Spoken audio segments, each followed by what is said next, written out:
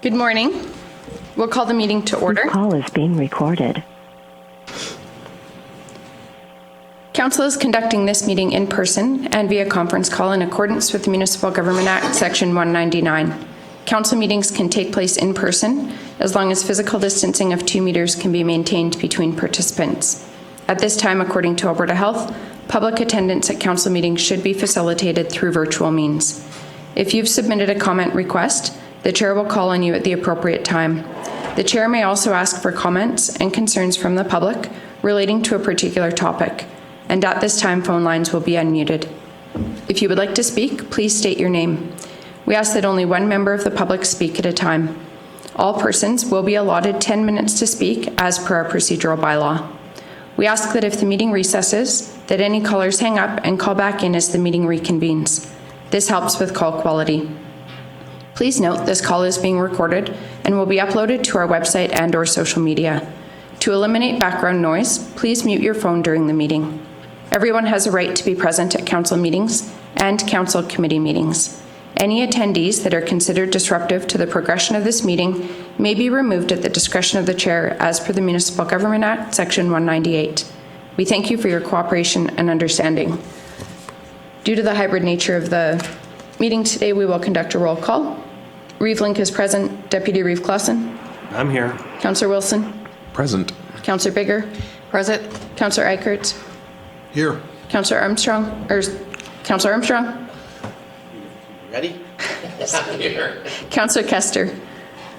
Present. Additionally, our voting procedure will be modified for our teleconference meetings. I will call for any councillor who is opposed to a motion to indicate verbally. For any motions with expressed opposition, we will conduct a roll call vote. We have an agenda before us. Does anybody have any additions or changes?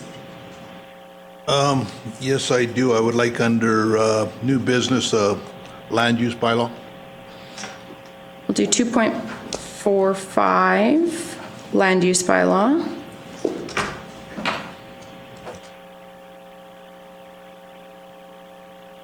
Any other additions or changes?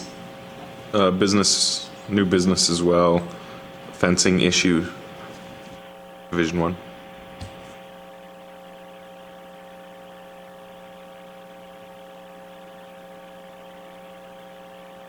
I have one addition. We can also put it under new business, 2.47, National Indigenous Peoples Day Proclamation, June 21st.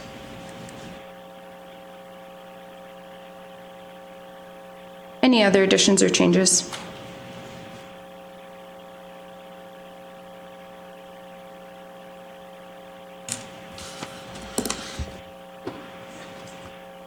If not, a motion to accept or approve the agenda as amended. So moved. Councillor Armstrong has moved. Is there any discussion? Is any councillor opposed? Motion is carried. We had the minutes circulated from our June 1st regular council meeting. Any errors or omissions? I'll move the minutes as presented. Councillor Wilson has moved. Any discussion? Is any councillor opposed?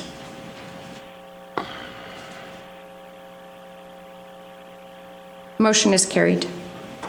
We'll move to 2.11, bylaw 2021-18. Good morning. Good morning, Chris. Good morning, Madam Chair, members of council. Thank you for hearing this morning. I'm here this morning to present bylaw 2021-18 as a replacement for our nuisance and unsightly property bylaw. The reasoning for bringing this forward was we'd been reviewing it and found some sections that were missing some information that would probably make prosecutions of offenses under this bylaw very difficult, as well as wanted to clear up some language to make it very clear what offenses were under the bylaw and what weren't, as well as to define where offenses are of a continuing nature, so therefore to use it as an example, a remedial order's been issued and it hasn't been complied with, that each day of non-compliance is a separate offense and a person can be ticketed every day until it's complied with, or we go for municipal government orders. And we also put a schedule in to specify out the fine structure in the bylaw. That's all my presentation. Thank you. Does anybody have any questions? If not, council's wishes. I'll move first reading of bylaw 2021-18. Deputy Reeve Clausen has moved first reading. Any questions or discussion? Is any councillor opposed? Motion is carried. I'll move second reading. Councillor Wilson has moved second reading. Any questions or discussion? Is any councillor opposed? Motion is carried. I'll move that council grant permission to hold third and final reading. Give it to Councillor Custer because he finished the sentence, even though Councillor Eichert was first. And he didn't have his mic on. Bylaw. Perfect. Thank you, Councillor Custer. Any questions? Is any councillor opposed? That motion is passed unanimously. I'll move that council provide third reading to bylaw 2021-18 nuisance and unsightly property bylaw. Councillor Eichert has moved third reading. Any questions or discussion? Is any councillor opposed? Motion is carried. Thanks for bringing that forward. Thank you for your time today. Have a great day. You too. We'll move to 2.31. Actually, let's go. Well, we can look at 2.31 actually. So administration has prepared a report on the history of the Badlands Motorsports Resort. Good morning, Reeve and Council. Matt Buscarel from administration here to present the timeline report to you. And as you can see, and first and foremost, I'd just like to thank staff for doing a lot of digging for this comprehensive report that obviously starts from 2008 up until present day. I think some of the salient points for council to note is that a few things have already been approved, right? So the area structure plan has been approved. There is a direct control bylaw that has been approved. There also is a development agreement that has been approved on the Nehill County side of things. Additionally, I just want to note for council, obviously because we're talking about this particular file, it's within the intermunicipal development plan zone, the IDP zone. So I just want to first and foremost go through the purposes of an IDP, what the IDP's powers and authorities are as a statutory document, and then I'll point to some salient points in the timeline for council's consideration. And I'm going to specifically cite the Nehill County and Wheatland County IDP for you today. So the purposes of that IDP is to foster one collaborative planning approach for lands along common borders between the two counties. The Municipal Government Act obviously mandates an IDP. Municipalities are mandated to work to adopt an IDP, which we have done collaboratively, to promote consultation, coordination, and cooperation regarding planning matters of joint interest within a defined planning area. So obviously this meets the threshold for a joint interest there. And to provide a framework for addressing land use concerns with regard to joint planning matters and establish a procedure for dealing with development proposals with a defined planning area. So if you're taking those into consideration, we've passed that mark because there have been documents that have been approved on the Nehill side of things. And it's a planning tool that can provide numerous benefits to participating municipalities. So municipal cost savings, joint servicing, and sharing that as well. So that's also a really cornerstone for an IDP. It reinforces and protects municipal development philosophies and goals while mitigating the potential for future intermunicipal conflict. Obviously, that goes back to the collaboration efforts and ensures development for both municipalities occur in an orderly, economic, efficient, and harmonious manner that is sustainable by considering existing development conditions and future municipal goals. So the plan contains policies that is to be used as a framework for working cooperatively, communicating, and making decisions in each municipality. As such, the IDP must also provide the following: conflict resolution procedures, a process to amend or repeal the plan, and documentation for administration of the plan. These procedures will provide more clarity between the partnering municipalities to ensure the administrative functions required through the plan are understood. And to summarize the purpose of an IDP in general, each municipality is ultimately responsible for making decisions within their own municipal jurisdiction, and that we contain in all IDPs. So a couple of background cornerstone milestones in the timeline. Obviously, the project is 172 acres within Kneehill County. It's about a 1.5-hour drive from the city of Calgary and 30 minutes to the town of Drumheller. It's located along the Red Deer River watershed with frontage along the Rosebud River. It's entirely within Kneehill County. This site's boundaries parallel those of Wheatland County on the west to the south side. The company in question acquired the land for the site 15 years ago approximately, and there are leases and rights of ways registered to the title to accommodate gas lines and wellheads which are located there.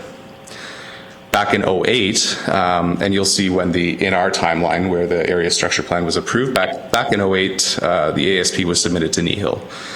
And approximately that was 2 years after purchasing the site. The ASP sets forth a plan which included an automotive road course, full-service rec resort, and residential community. The county passed the ASP in 2013, which is included in the timeline, followed with a direct control bylaw to regulate the site, design, and development in January 2014. In May of 14, the company retained Watt Consulting to undertake a transportation impact to TIA to support the proposed project and to assess the costs of building an access road. In June of 14, the technical design team was established to take the project forward, and the initial results of that work were presented in the comprehensive site development plan, which was submitted in March of 2016. In June of 2017, the comprehensive site development plan was finalized.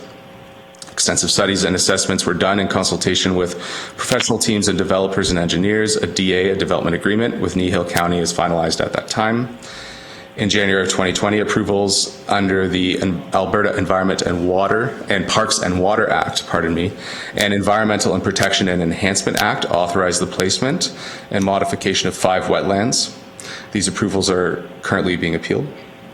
And in February of 2020, the Badlands Motorsports subdivision approvals and development agreements updated with the Kneehill County MPC.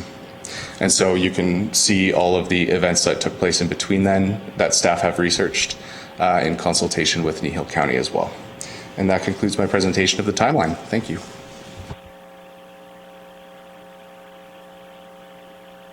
Thank you. Any questions regarding the report? Yeah, and you probably won't be able to answer it, Matt, but maybe Glenn or Ben could. At the time of the sale of the land, did the developer did they make the previous landowner aware of their intentions to develop? I don't know at the land sale point, but I remember being in 2008, whenever that was their first open house that they had in Rosebud, and the whole community was out to it. They did a full explanation of what they were doing and what their plans were. So it was not a secret back in 2008 what they were looking at doing, and I can't remember exactly all the comments that were made there, but a lot of it was positive. I don't know when it turned. I guess when they came in and got in earnest, that they started showing development, and some of the landowners got upset about the environmental issues. But originally, it was when they first came in with the open houses. It wasn't hidden what they were doing. So, and it's funny how things change over the years, because back in 70, 71, 72, I raced over there right in the middle of Rosebud. I ran a stock car over there for 2.5 years, and we had a lot of fun over there, and they welcomed us over there. And now they've got a different bunch of people in there, and they're looking at changing something different. So, and I'm also split with.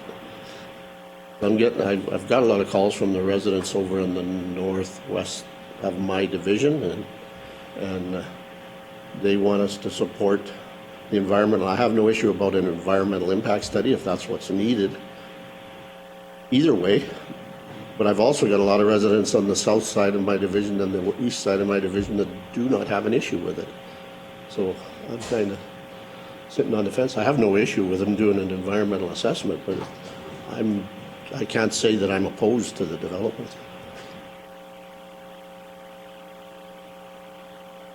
Any other questions regarding the history report? Yeah. I'm not sure, to Jason's question, if the landowner knew beforehand. I've never talked to the landowner about that specifically. But Ben's right, there was a presentation at Rosebud, an open house. People were, they were very polite, I'll put it that way.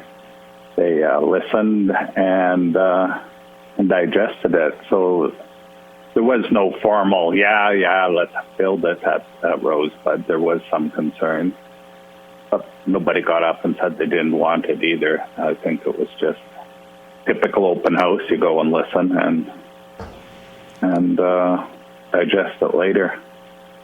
In talking to Ms. Clark, the federal court regarding the environment, I don't know if those things were lost or what.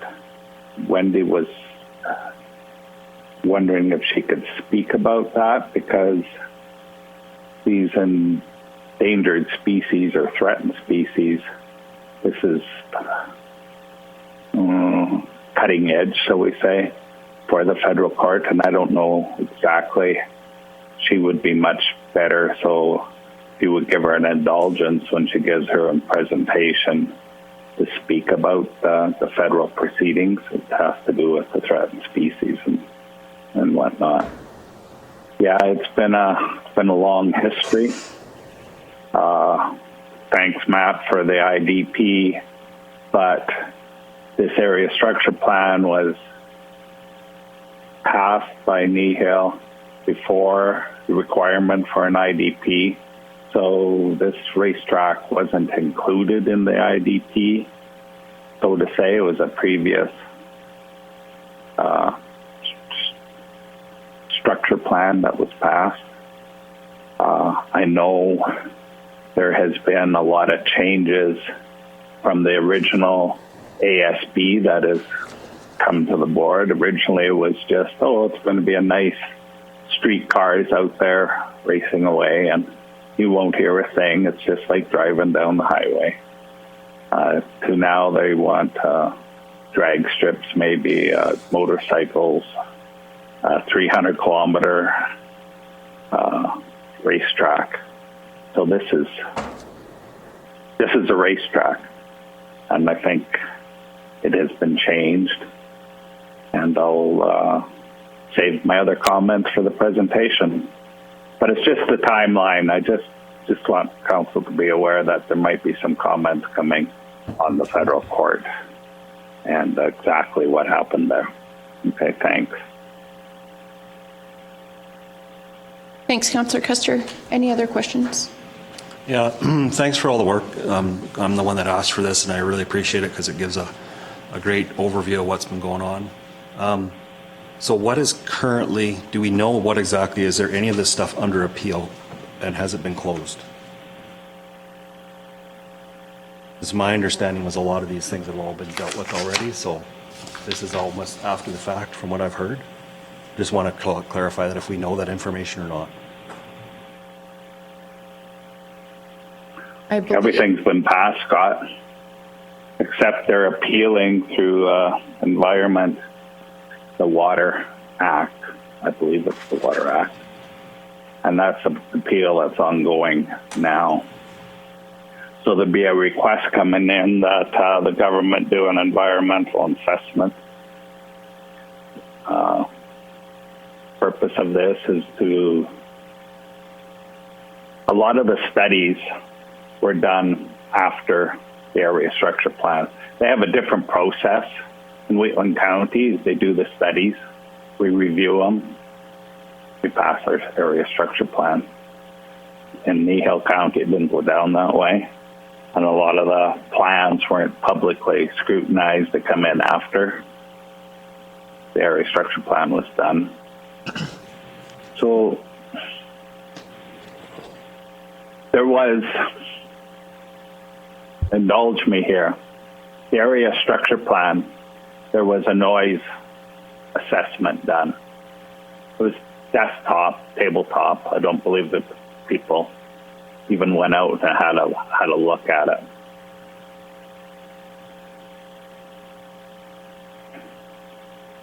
They've recently done another one. I don't think another assessment. The residents of Rosebud hired a professional to go over this assessment study, like a third-party review, and they found numerous mistakes and assumptions are clearly wrong. And at the time of the area structure plan, there was a ratepayer, Wheatland County ratepayer, resident of Rosebud. That's what he's done his whole life. He wasn't a qualified engineer of acoustical studies, but he worked in the field. He was, I don't know the proper designation of what title he held, but that was his job, was doing modeling. He tried to speak up about this noise, and he wasn't allowed. He was a ratepayer, a concerned citizen. He wasn't allowed in a public hearing to speak about it because he didn't hold a professional designation. So that is what's under appeal, is the environmental study, the water. And they would like to have, I should let the presentation go on, but you asked the question, and it is under appeal, and they would like the province to order an environmental assessment of the area. This assessment is paid for by the developer, like all assessments, but it'll be more previous studies. The developer hires their own people, then they do it, then you do a third-party review. I believe when the province orders it, the province has a more hands-on approach, and they have certain standards or certain ways they want things done, but the developer still pays for it, and it is information. So they would have a more current noise assessment with the new current changes to their racetrack. It would be more current about the water and the storm water. The whole gamut of it. So that is what's under appeal. Yes, subdivisions been approved. Every structure plan's approved. The direct bylaws been approved. But the subdivision, they haven't met all the conditions yet. And they have a couple more years to get that done. Expiry date, January 30th, 2024. That's not the first extension they've had. They have numerous conditions they have to fulfill. And not least of them is building a road. And this road, the county we had appealed it, and we had to go to the Municipal Governance Board. They call it, I think, a 690. We hired lawyers. County, we won that appeal, and there was a road provision going into that development. It's on Nehill side, but it has to meet all current road building standards. I believe in the county they were asking for relaxation, and the only access into that development, there's two direct accesses, one from Nehill and one from Wheatland. The Nehill side is a better road than the Wheatland side, but if there's an emergency there and the road gets blocked, and it is further for emergency vehicles to come in, the Wheatland side will have to be accessed, and there are other concerns. So yeah, if there's any other questions, otherwise I'll just wait till the presentation. Yeah, I have one more, Glenn. Did Nehill County listen to the request of this group? Did it support this proposed letter? You should ask the people that presented it. What I was told, what I understand to be, Kneehill County was asked, they were given a presentation, and they were told, or it was discussed in council, can't really quote me on this, you should ask the presentation later, but they didn't pass the request, and they were said they were scared to ask for any request of such nature because they were scared of legal repercussions and slowing down the development, is what I was told was said in council. I didn't listen to any tapes and I wasn't there, but that's what I garnered from my conversation. So you can ask the presentators today. I believe they were there and they heard it. Glenn, a question, when you're talking about the access and egress into that site, if it, for emergency reasons, if they use the one going into Wheatland up through Langlet Siding, is that even maintained throughout the winter? I've never been down there in the wintertime, Ben. I'd like to go down there in the summertime when the road's dry. I was down it here a couple weeks ago. It's better since we fixed it up, but it's not. There are places in there, especially if it's a little bit soft, the roads. Yeah, no. I don't know if I would want to pass anybody. No, I was over there a week or so ago, and it's not a very. We've done what we can do with it, but I'm not sure that we maintain that in the wintertime. Yeah, I know. To build that up better, I think that's before my time was on there. Maybe you can answer, Ben. There was extensive dirt has to be moved. We moved. It was just 2 years ago that we had a spring flood. There was lots of snow. The snow up on top of the hills there was very deep. And there was a small lake formed up there, and it broke loose. And the telephone cable that was buried in the road ditch was at least, I think it was 13 feet in the air. That's how much road was lost. The road was completely gone. Yeah. And we laid a culvert in the bottom there, fair size, a 3-foot or 4-foot culvert at the bottom of the hill. And there wasn't so much as a rock laying around it. It just looked like we set it there on top of the ground. It was everything gone. Yeah, no, I remember that. Fixed it up, patched it. How much would it cost to rebuild the road, Ben? I remember you talking about that. Yeah, I know that was back in Ron Hilliard's time, and he looked at doing some work in there, and the environment, and of course now the environmental issues are that much greater, but he was talking a couple of $1 million just to back slope on that hill to make it so that it would fit. So I'm sure that today it would be in close to $3 million to do any work on that hill at all. So we just keep repairing it as we can, and one day we may end up not being able to repair it when it washes out. And last time we went to fix it, if I remember right, we were scared to do anything because Kneehill wanted help to fix the bridge up, which is in Kneehill County. And there was talk of them closing that bridge. Of course, that talk's gone now. Yeah, and there was a time the county, Kneehill, was ready to close that road for us. Yeah, and there was another smaller bridge on our side it's weight restricted also, so. Yeah. Oh, it's beautiful country, but the road ain't great, no. Yeah, no, that's right. Any other questions regarding the timeline report prepared by administration?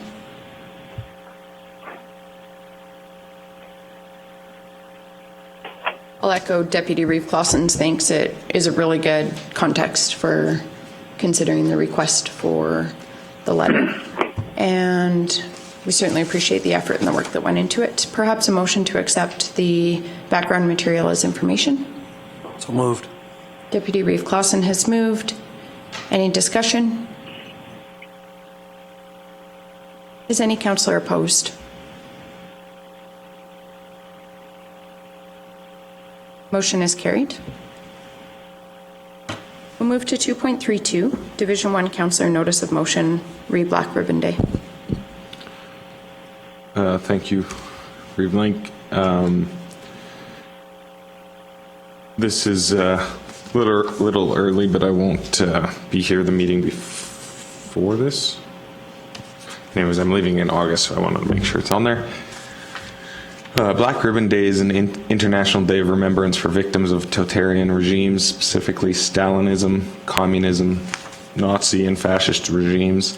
The purpose of this day of remembrance is to preserve the memory of the victims of mass deportations and exterminations while promoting democratic values with the aim to reinforce peace and stability in the world. The Remembrance Day has its origins in the Cold War era protests in Western countries against Soviet Union that gained prominence in the years leading up to the revolutions of 1989 and that inspired the 1989 Baltic Way, a major demonstration where 2 million people joined their hands to call for the end of Soviet occupation. I ask Wheatland County to join the many people, countries, and municipalities in honoring those lost.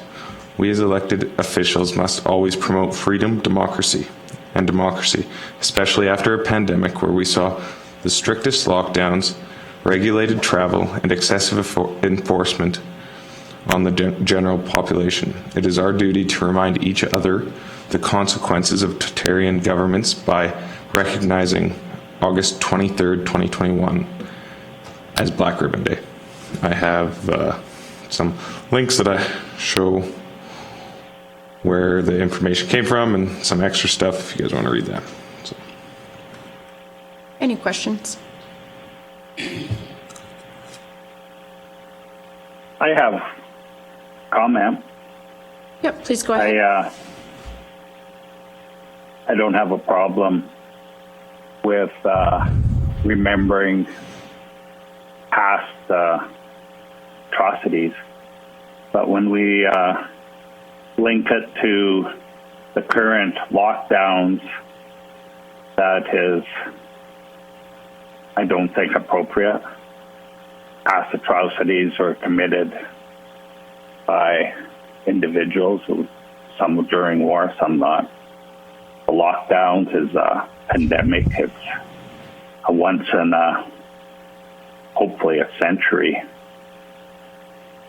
And special things have happened. There's been numerous pandemics throughout human history. And just because you're smarter or you think you're smarter, we were powerless against it, really. And the only way to fight it was to stay at home. So I don't want, or I can't support it if it's linked to the current pandemic and the lockdowns, as you mentioned, Jason. If it's just about the totalitarianism and the communism and the fascism and present day genocide that's been going on, that probably just about every country is guilty of at some time in their past, I can go for that, but I can't go for linking it to present day pandemic and what's been going on in the world with that.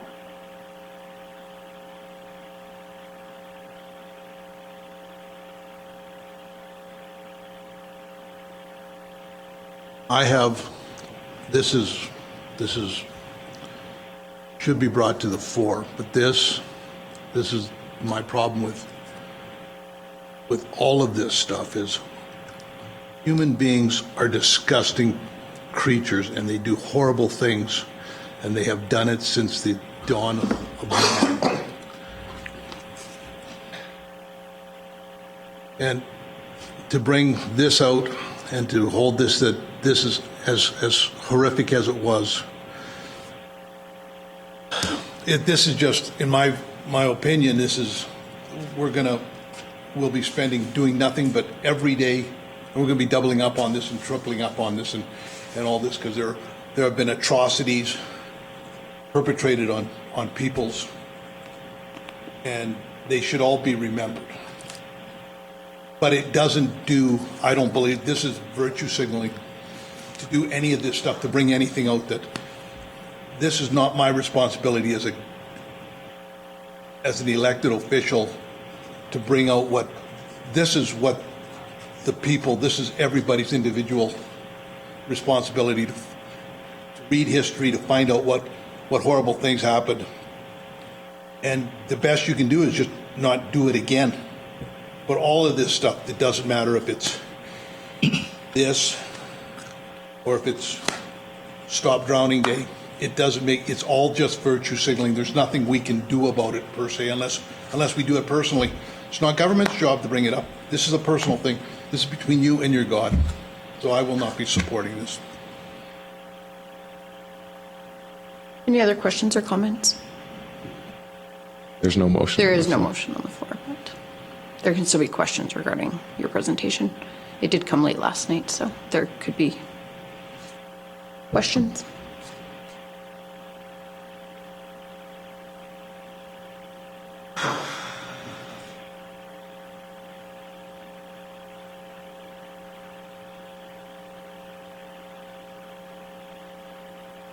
You can accept it as information. I just wanted to see the consistency between you guys.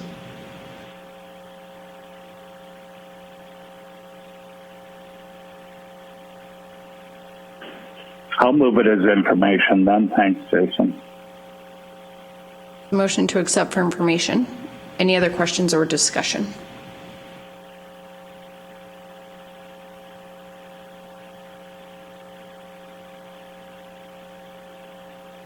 I was prepared to consider supporting the proclamation. I think it is an important part of history to raise awareness about. You I can do put see it your on the point floor. about virtue signaling, absolutely, but I would remind, we do have another one coming forward today, so consistency is key. I think it is a good thing to raise awareness about, and I think at times government does take a role in education about different elements of whether it's historical or things that tie to our operations, and raising awareness about what we do is also important for our ratepayers and for residents in Wheatland County. So I was prepared to support it. I would have liked to see just a little bit more complete information. I did try and find, like, I looked for critiques of it as well, to see if there were any concerns. I did find some, but I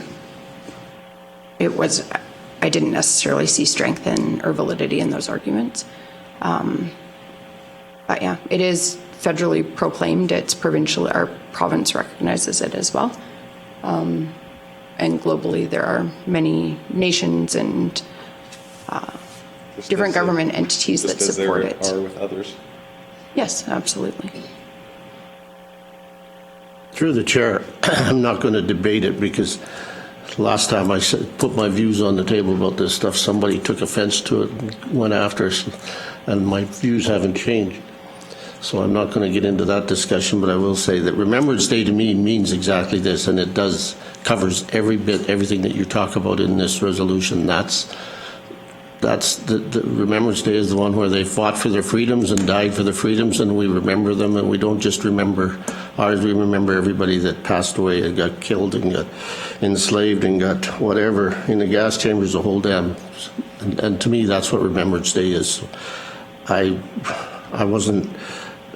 this wasn't my hill to die on, so it wouldn't have bothered me if it went through, but Remembrance Day is the day that I use for all of that, so. I have a question on, so if this went through, what do we do as a county? Like, what are we doing with this? All of these? You know, the drowning, I do see a few things on Seniors Week. Do we just bring it out on social media? Is it something? Thanks. Good morning. Yes. Go ahead, Brian. Yes, I was just going to answer Councilor Bricker's question. Yes, we do just promote. It's promote it, make awareness, and we usually do that through social media. There is no cost to the county. It's just more of public awareness. Thank you. And we're also looking at listing everything, all proclamations on our website as well.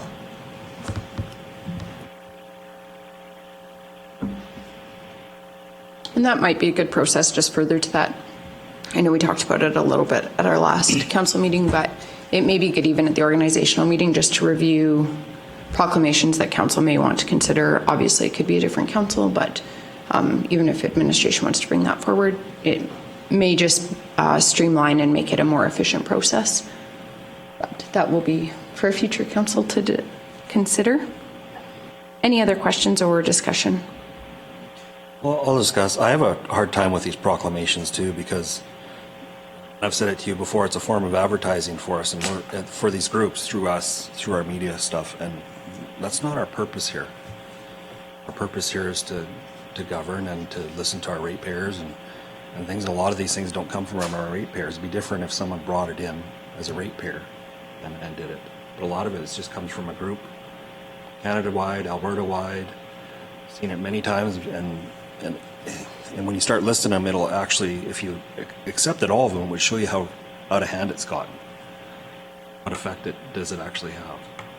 So, I find this one a little bit different for the fact that with everything that has been going on, where history seems to be something that people want to forget, but I don't know why. You know, tearing down statues and all that. I don't understand why we can't learn from it, and that's why it's there, and everybody keeps trying to eliminate them. So I find this more of a historical events rather than like drowning, as you know. There's I do find them, the two of them, different. absolutely, I don't negate the historical significance of any of this. But when you compare these proclamations to Drowning or Reading Week or seniors, it's not my job. I didn't to figure out what's important and what's not. With that, I mean, our job, I think, is for the county, not for federal politics or provincial politics.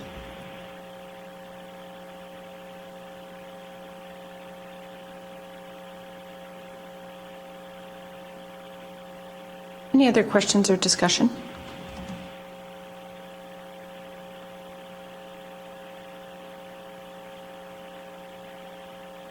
Is anyone opposed?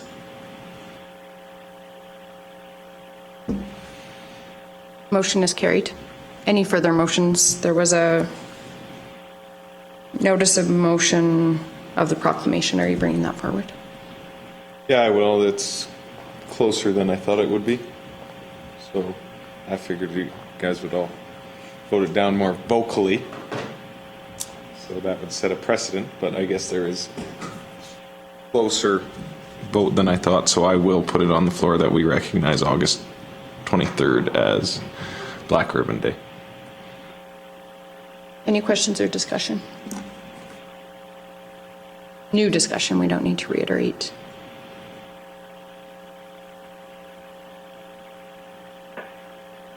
Is any councillor opposed? I am. We'll do a roll call vote. Reeve Link is in favor. Deputy Reeve Clausen. In favor. Councillor Wilson. In favor. Councillor Bigger. Favor. Councillor Eichert. Opposed? Councillor Kester. Opposed. Councillor Armstrong. And on this hill, in favor. Motion is carried. You could have. There was three of you. You could have. There was three of you. You would have just laid there dead. No, this is a 3-hour discussion. For me, this is not a 5-minute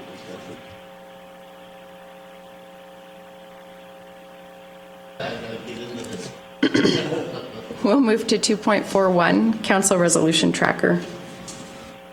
Good morning, Council. Brian from Administration.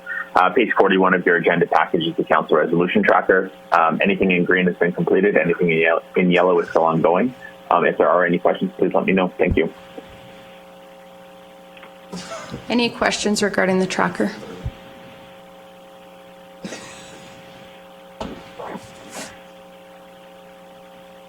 A motion to accept the tracker report as information. I will move that, and thank you for putting it out there. I appreciate it. Thank you. Councillor Armstrong has moved. Any discussion? Is any councillor opposed? Motion is carried. And I'll reiterate Councillor Armstrong's thanks. We do appreciate it. It's a great way to track our ongoing work. We'll move to 2.42, Agreement with Municipal Affairs to conduct the Senate and referendum votes for Siksika Nation. Good morning, Reeve Lincoln Council. Tracy from Administration. On May 27th, Wheatland County was asked to conduct the 2021 Senate and referendum votes for Siksika Nation, specifically for residents located on the reserve. The population there is 4,329, excluding those under 18 years of age. And I'm just looking for council approval to move forward with this. Any questions? Council's wishes.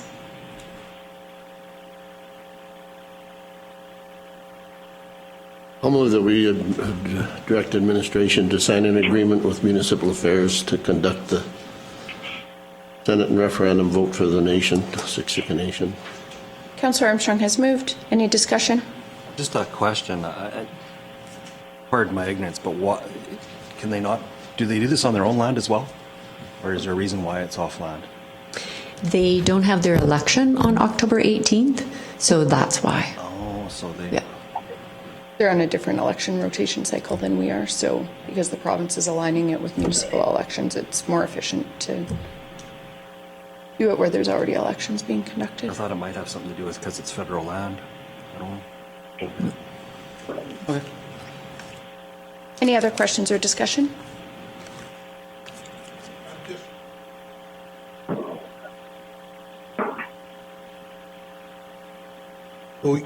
We are going to mail out, like, there are not, I don't believe the numbers that 4,300 that are voting, I don't believe, like, I think a lot of those live off of the reserve. Or those are the... There's around 8,000 Siksika Nation members. So we don't have to worry about any of Approximately. the nations that, any of the... I believe they would vote by their residency just as we would, and so they have approximately half of their population lives off Siksika Reserve and approximately a little more than half lives on reserve, so it would be those nation members that would be eligible. I was just trying to figure out the logistics of how to reach out and get... Okay, thank you. You bet. And I don't know, we'd have to check that out, because I don't know if they follow on the federal regulations, if they follow the same rules and regulations as we do, because they can be, DAN members can be on their council and they don't have to live on the reservation. There are different regulations as far as their, and I don't know if that includes the voting side. If they're registered as Siksika, I think they can vote. I don't know. They only get one vote, but. Councillors would be the same as Siksika residents, so they would vote based on their residency. Some do live off reserve, and they would vote where they live. So this would just be serving the population within Siksika Nation on reserve. And my understanding is they would be responsible to request if they would like the special ballot, or they would just be voting in our already established voting locations, is my understanding. Is that accurate? Yes, they can go to any of the voting location, whatever is closer to them, and they just have to show proof of ID like everyone else, and yes. Know if, because this says Municipal Affairs is asking us to do this, so do we know, is Siksika Council aware of this? In one of the letters, they said they had engaged. Okay. So I'm waiting after this resolution. I'll contact Siksika myself and touch base with a contact there, and just so we can talk about advertising and have that open communication. Because I could just see their residents would want to be able to vote locally, and it's not really local, so I just don't want us to get it. At a political level, I could confirm with Chief Crowfoot as well. I think it would be smart to double check that. Yeah, I mean, we're being asked to do this by a body other than, we're not doing this on our own. I want to make that very clear that we're being asked to do this. So. Yes, I'm very much hoping they're aware, and Yeah, yes. for sure. It was, I definitely recall Municipal Affairs had confirmed that they had discussed that. Yeah. But I will confirm that it was at an elected, like a fine with it political then. level as well as an administrative level, just so that we know that. And even with this motion, say for example, that wasn't agreed to at a political level, we could always make a new motion or like change the process if we need to. But it is a really good idea to confirm that, so. Okay. Put that code in probably. And just for full public disclosure as well, Municipal Affairs has provided or will be providing a grant to assist with any additional costs as well, in case ratepayers are concerned that there may be municipal funds expended. So that is being provided for. This really is a provincial initiative, and municipalities are being provided grants as well for, I don't think they will cover all of the costs that are incurred, potentially for extra, say, polling stations that are required. The key example I can think of is we have 7 divisions. If there were acclamations in certain divisions, this year we will still need to hold elections in those divisions, which would be an additional cost for the municipality that we normally would not have without the Senate and referendum questions. So that's the rationale for the provincial funding, is to cover off costs like that. Yes, and it's $2 per capita up to 2,000, I believe. Yeah. I'll put the motion on the floor, the recommendation. Councillor Wilson has moved. Any other questions or discussion? Is any councillor opposed? Motion is carried. Yeah, that's a good idea. We will take an 8-minute break and reconvene at 10 a.m. 8 minutes. Well, we have a 10 o'clock appointment, so.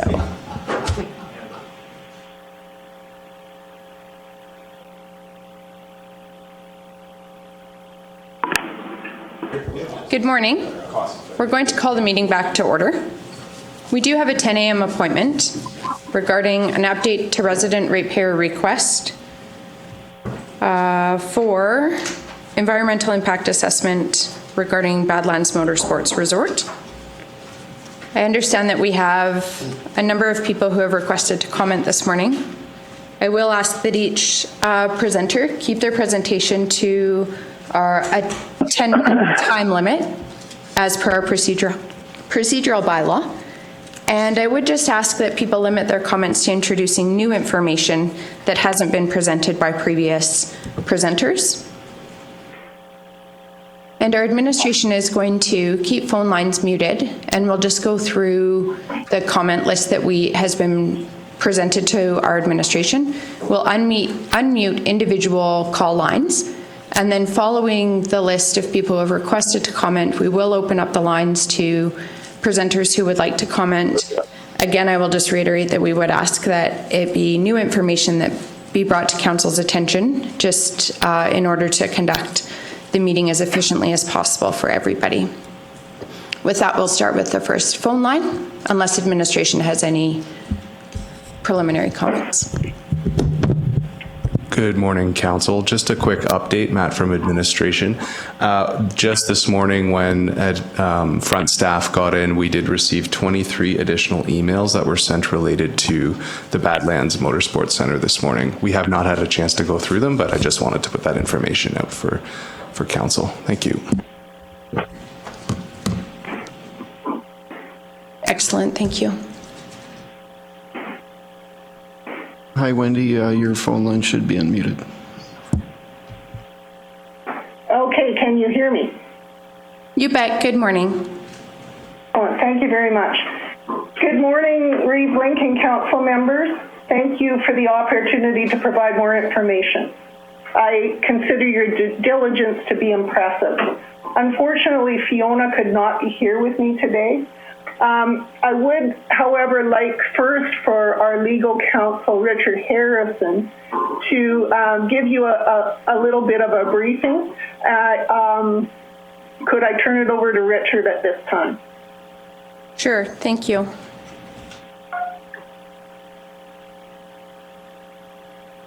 The phone number I was sent for Richard should be unmuted as well.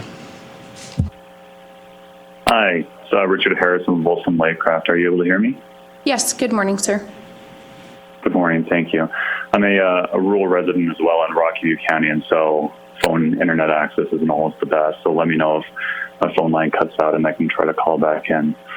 I just wanted to present and give a few submissions on sections 43 and 44 sub 3 of the Environmental Protection and Enhancement Act. Those are the provisions whereby, on behalf of Wendy and Rick Skibstead, we've requested a environmental impact assessment from the Director of Alberta Environment and Parks. I'm happy to take any questions that you might have with respect to the process or the EIA generally. Now, Section 43 of the Act, of the Environmental Protection and Enhancement Act, sets out that a director does have the discretion to require an environmental impact assessment. And when the director makes the decision on whether to require an environmental impact assessment, they rely upon Section 44 sub 3 of the EPEA. And both of those provisions should be in front of you. I sent a letter dated June 14th, 2021, so yesterday, over to Brian Henderson and Margaret Desaulnier, just outlining or containing those two provisions so that council has a chance to look over them and see exactly what the director's powers are, as well as the considerations that the director is supposed to give in making making a requirement under Section 43.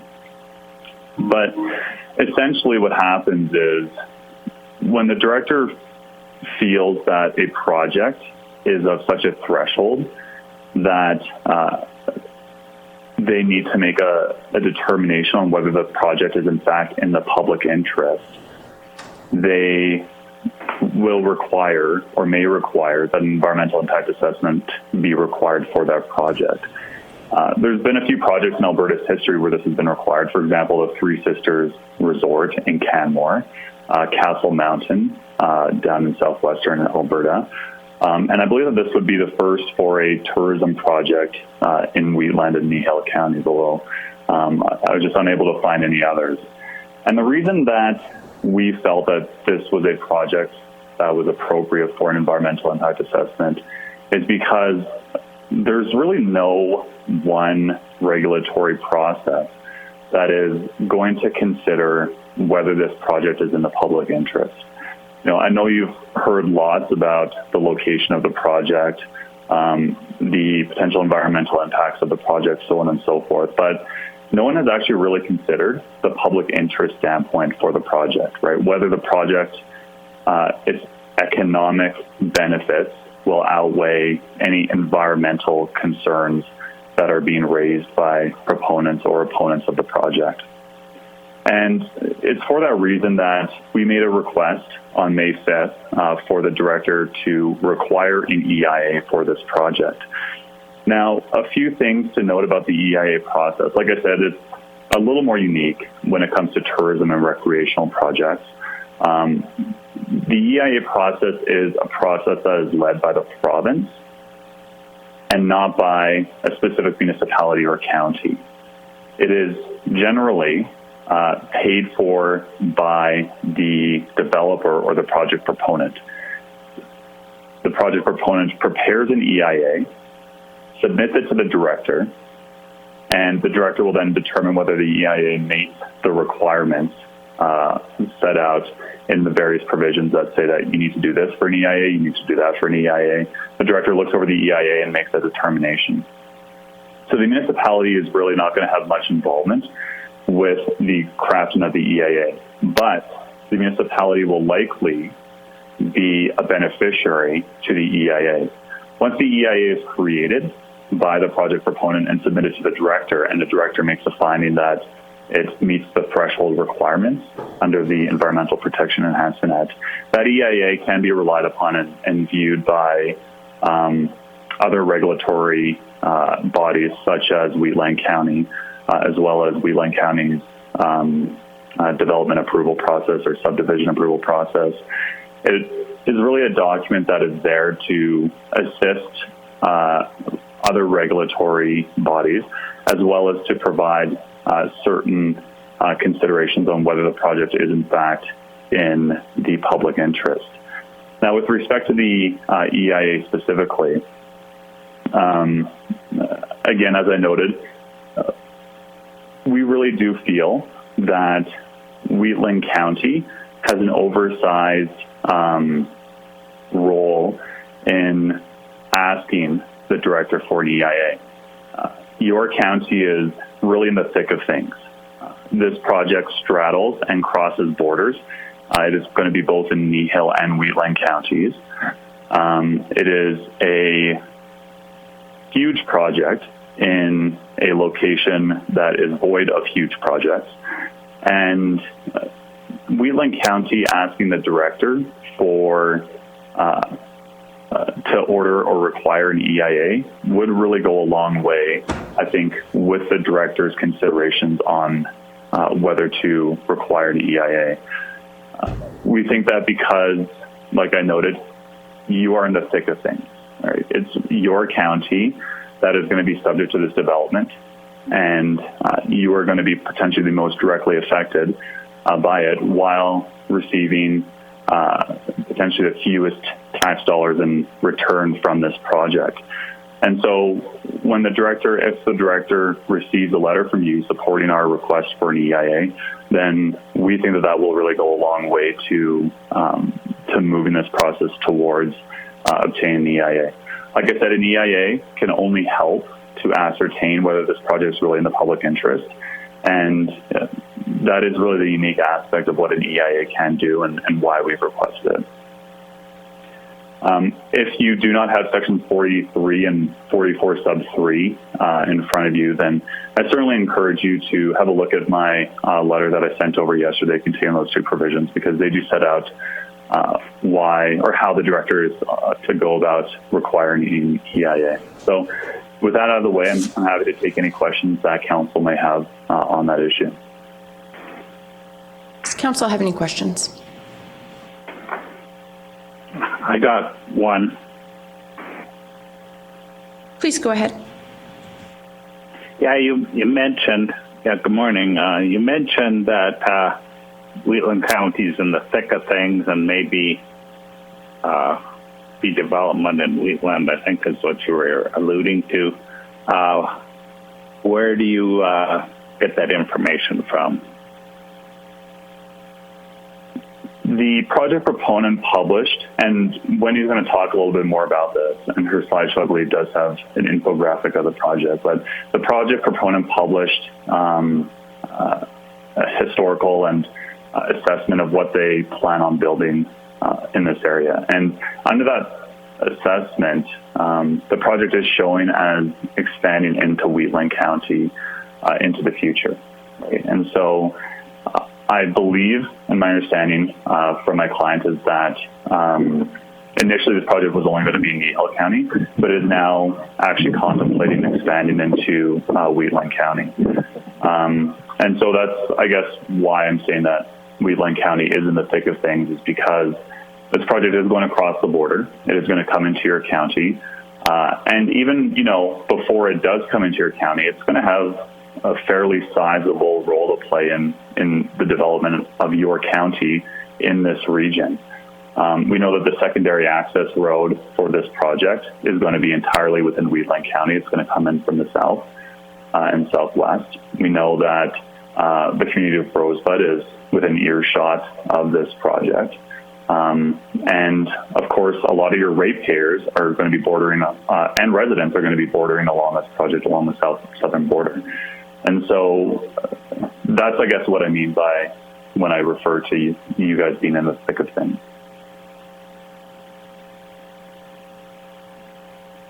Any other questions?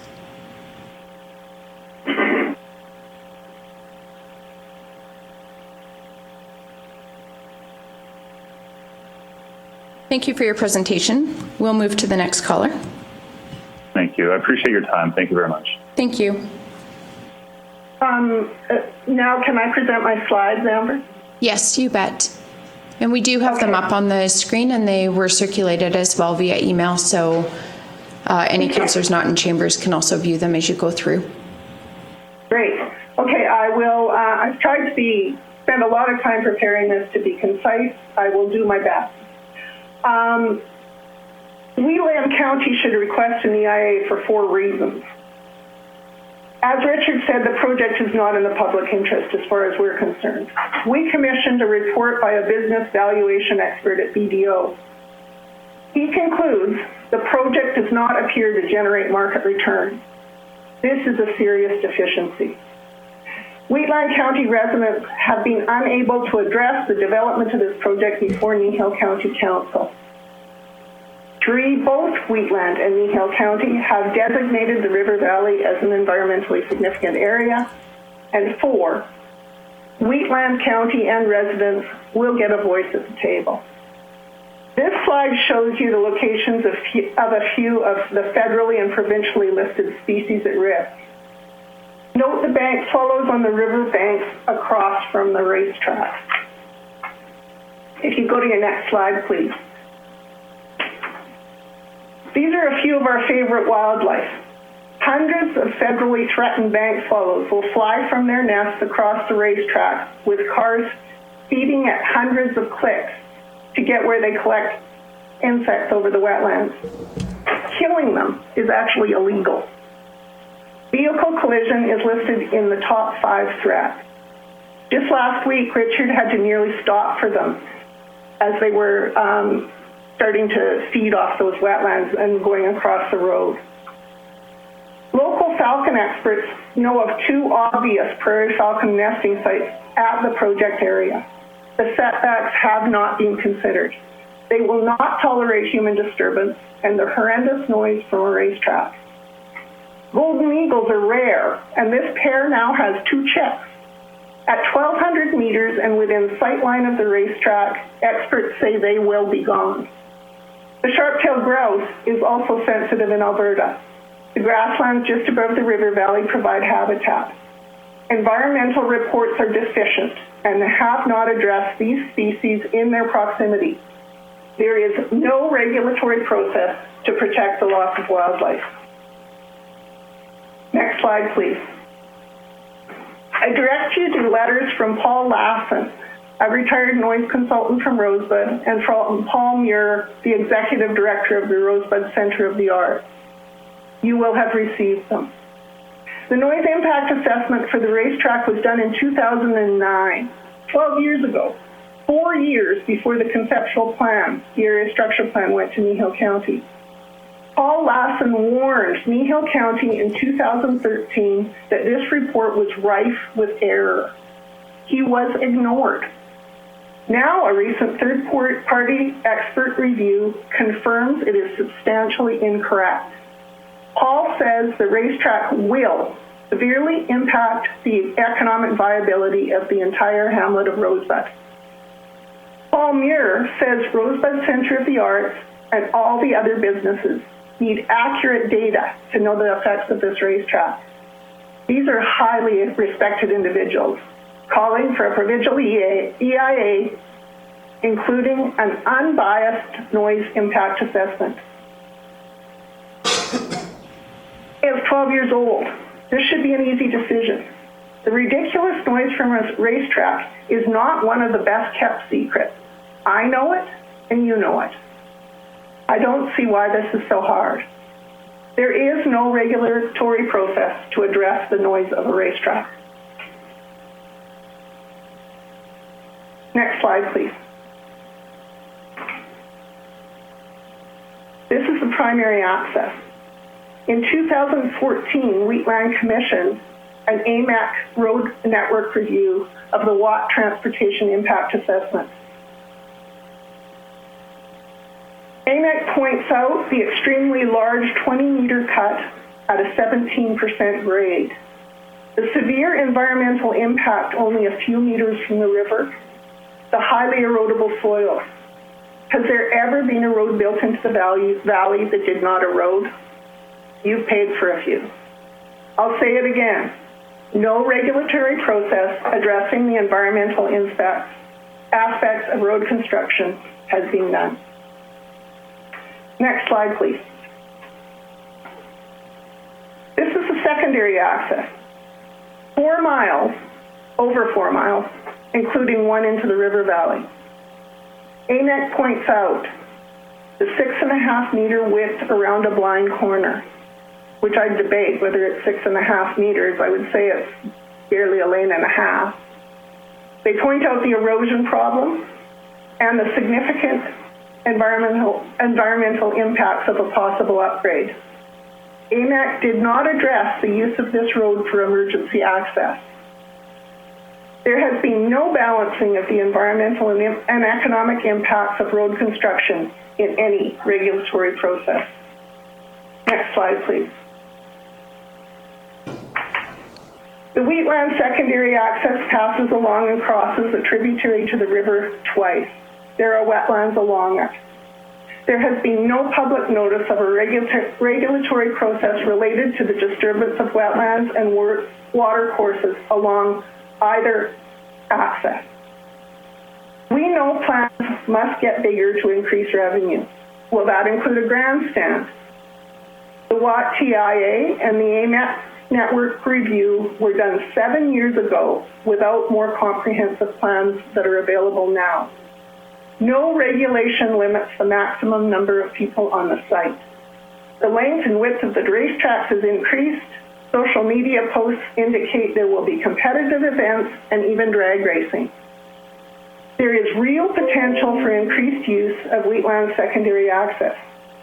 Do you believe this road can remain unaltered? It's the shortest route for over 300,000 visitors a year. We certainly do not. We believe virtually any increased use of Wheatland's narrow secondary access with blind corners cannot be safely supported. It puts residents who currently use it at risk. It would put the racetrack users at risk. It would put emergency responders at risk. And I believe it would create liability to Wheatland County. What is the cost of upgrades to this road 7 years later, after AMEC made its first predictions? Next slide, please. Plans are huge and the economics are horrible. There is virtually no regulations limiting the operation of this proposed monster project. Their biologist admits, I don't know anything about racetracks or speeding cars. No wonder reports are deficient. Reports were not provided until after the public hearing. This is a cart before the horse way to do planning. It means the people affected by this development are deliberately shut out. It means Kneehill County has doled out a blank check for development. They have lost control of their direct control. This council voted to send a statement of concern to Alberta Environment and Parks under the Water Act. Your concerns in that statement remain unaddressed. If the tables were turned, I would be horrified if Kneehill residents were disregarded. Please reconsider and support our request for a provincial EIA. Stand by your concerns. Stand by our concerns. Making this request does not mean you oppose the building of a racetrack. It only makes sense that this bold plan to use our natural resource should have the provincial scrutiny it deserves. Making this request has no downside for Kneehill County. Wheatland County will have an opportunity to have input to protect your interests. All impacted residents will be heard. Kneehill County will be provided with thorough assessments of the cumulative impacts and a regulatory framework for development permits covering construction and operation of this racetrack facility. Clearly, I don't want a racetrack anywhere near this valley. Asking for this EIA instead of outright refusal is a risk and a compromise. I see it as the only way to make our case. It is a risk racetrack supporters must be willing to take too. If the result is the truth, we must all accept the consequences. and I welcome any of your questions. Thank you very much. Thank you. Any questions from council? Yes, Wendy, it's Tom Akert here. Did you give this presentation to the Kneehill County Council?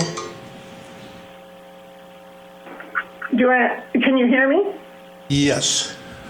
Okay. No, we did not. Kneehill immediately proceeded to take this to their council without any input from us. I do have with me the transcript from that meeting, and I find it really interesting, the reason for not wanting to do this. Mr. Hogan, their CAO, he says the following.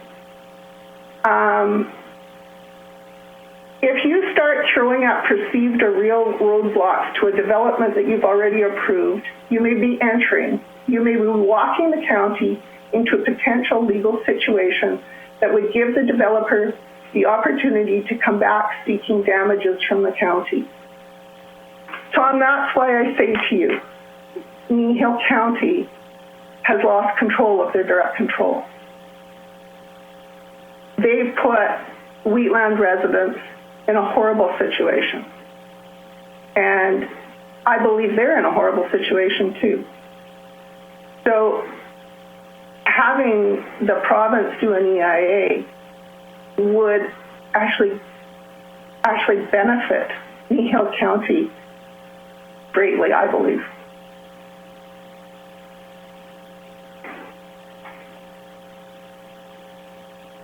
Does that help? Does that answer your question, Councillor Eichert?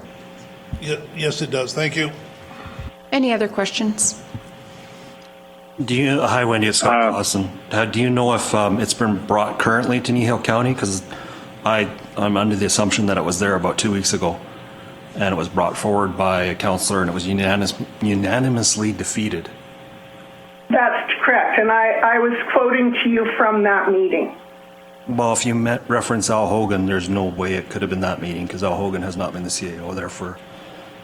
This is Mike Hogan, spelled Haugen. Okay, gotcha. Sorry, did I say Al? I'm sorry. Yeah. At least I heard Al. Yeah, okay. Sorry about that, Scott. Good clarification. Any other questions? All these letters that we're receiving, I'm not sure what the number is now, are those letters also being CC'd to Kneehill County? Absolutely, Ben. They have all been copied to Kneehill County. And they continue to pour in. I heard nothing in the meeting about those letters at Kneehill County, so I don't know if council has placed any regard for them or not.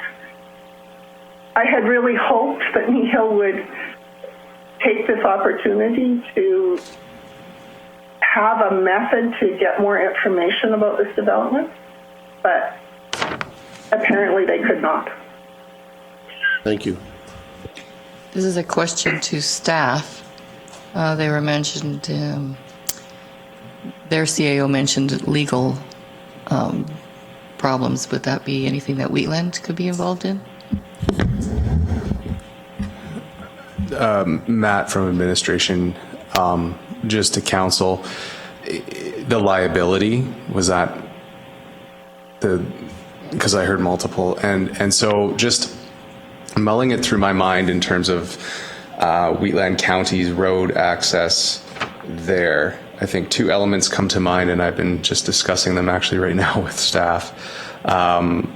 With respect to accidents, is the road going to generate accidents, or is it the road design being deficient? So those are two separate items. So if there's accidents, that's an RCMP investigation to determine who's at fault. Deficiencies, would be with respect to our engineers internally and work being done to determine all of our roads. If they're deficient, then we act on them, right? So they're two separate items. I am unable to determine, and I venture a guess, I will turn to the manager of technical services with respect to that road. I don't know if it's deficient or not, and nor do I know if there will be any accidents generated from it. Therefore, liability components, I can't comment on that. I thought during their development stage, when they were reviewing the development in Nihil, and they were referring back to Wheatland County roads for egress out of there, and they were using that they had a statement or something from Wheatland County stating that road was not suitable for them to use as an egress for their emergency services and that kind of stuff because of the maintenance on that road. We never did admit that road would be, we've never said that road would be an extra road for them to use.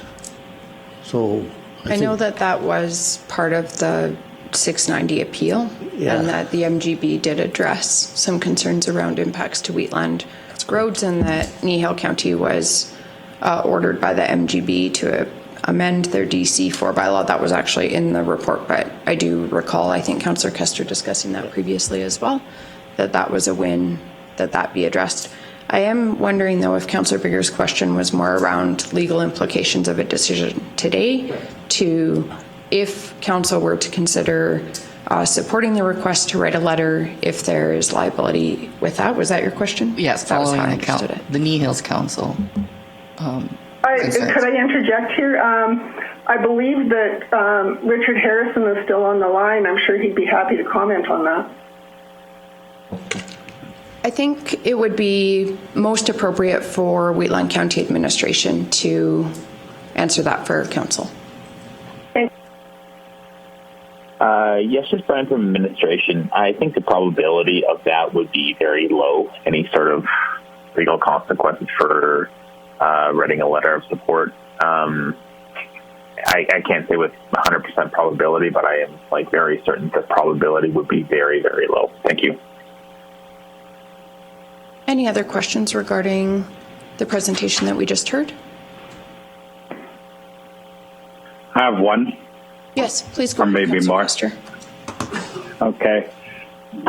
Way back at the ASP, it was the noise impact study was presented. And of course, the concerns was it's going to be noisy. And I distinctly remember being told you wouldn't even hear it at Rosebud. Ambulant noise at Rosebud, I believe, there was no study done. It was tabletop to begin with. What Nihil was listening to would be less than the 48 decibels. It's more or less universally understood as ambulant noise.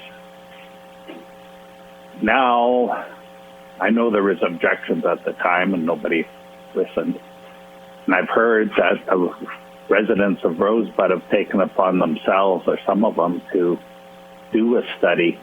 Are you at liberty to mention how much noise is probably, according to this study, would be anticipated for our area people living around the racetrack and as far away as Rosebud? And what the ambulance noise is currently before this directive? Yeah, thanks, Wendy. Okay, just 1 second. I just have to find that letter of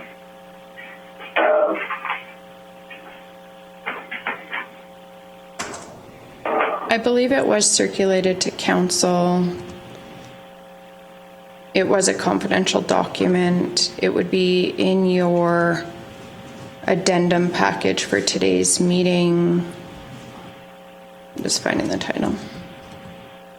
I believe it was, if you look under Lawson. Yeah. Oh, and have the studies. Okay. Yeah. I did see that.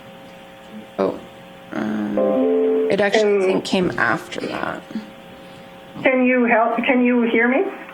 Yes, we can, Ms. Clerk. Okay.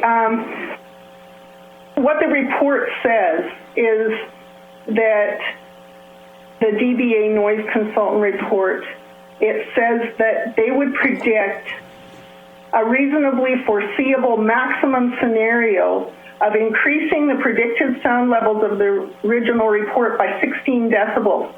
Now, what that means is, my understanding is, because the decibel scale is not linear, what you can imagine, or the way sound works is, for every 10 decibels that sound increase, it means that you perceive double the noise. So at 16 decibels, that more than triples the noise that the original report came up with. So the report also concludes that the sound of the racetrack will be heard in the hamlet of Rosebud.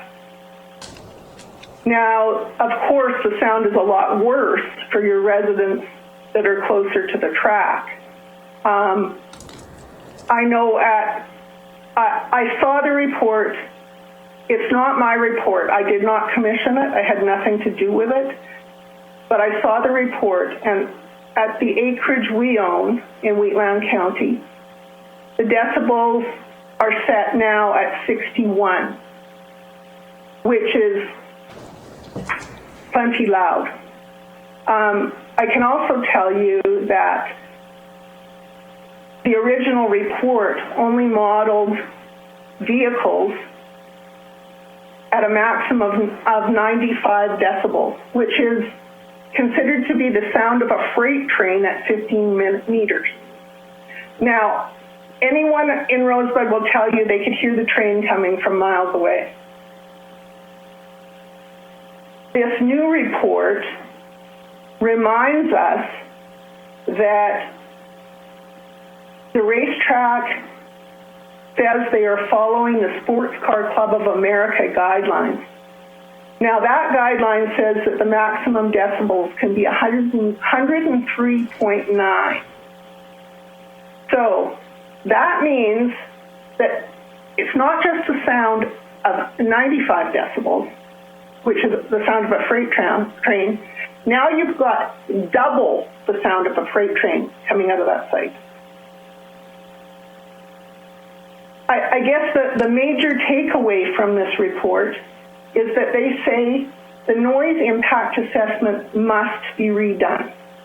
They actually found calculation errors in it right off the get-go of nearly 8 decibels. So it meant that all the noise levels automatically went up that much. I think there is some people from Rosebud on the line, and I hope that they might be willing to comment further on this. Thank you. Thank you, Ms. Clark. Any other questions regarding the presentation we just heard?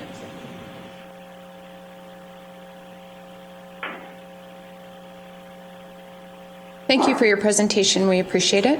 We'll move to the next caller. Matthew with IT, through the chair. All presenters that I was made aware of have presented. Perfect. I'll now ask if there are any callers who would like to address council, and just reiterate that we would request that comments be limited to 10 minutes per caller and that you focus on raising new information. Could I ask too that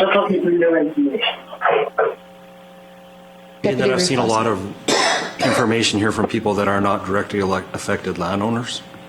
Are we going down a road where we're going to hear people from outside of Wheatland County? That's not our process of anything. This is starting to sound like a public hearing to me. And I'm really kind of on edge about it because there was already been a public hearing and we're going down a road we should not be going. So there's certainly delineation. We are in no way addressing the development in any way. At this point, council is just hearing information that may be pertinent to making a decision around a request to write a letter simply requesting that one of the directors from Alberta Environment and Parks order an environmental impact assessment. So this is in no way a public hearing, and it actually is not in any way directly related to any decision making around the development, because that's not within our jurisdiction. What we have been requested come to council previously, asking to write this letter. So it's at council's discretion, I suppose. I had already indicated that we would hear from callers. I'm open to council direction. Council can decide what we would like to do. If council would like to limit that to Wheatland County ratepayers, or it's at council's discretion. Excuse me, Unless administration has other advice for me, sorry. Councillor Clausen's comments, I tend to agree with them. Because they're asking us to support a letter to go for an assessment. We've heard from the presenters that were listed to present it. I can't see where listening to 20 or 30 other people saying the same things. I don't know what else they're going to be able to tell us that we haven't already heard in either the letters that they've sent us, and I've perused all of them. I can't say that I've read them all complete, but I've perused them all. I know the feeling, I know where they're coming from, but to have them repeated on the phone, and as Councillor Clausen said, it's turning into a public hearing, and we're only hearing one side of it. And it's not our public hearing. They're requesting us send a letter. We have all the information. I think we need to make a decision on whether we do it or not. We can prevent hearing repetitive information just with the request to only hear new information. Would be one way to mitigate that concern for sure. Does anyone from council object to hearing from anybody that has further information that has not been addressed either through a letter to council or in the presentations thus far? Sorry, ask the question again. Does anyone on council object to allowing anyone who would like to speak to present new information that has not been presented either in a letter to council that we have already received or in the presentation so far? So limit it only to new information. County ratepayer or non-county ratepayer? We could limit it to Wheatland County ratepayers. I'd like to see Wheatland County ratepayers, thank you. Yeah, so do I. New information. Does anybody object?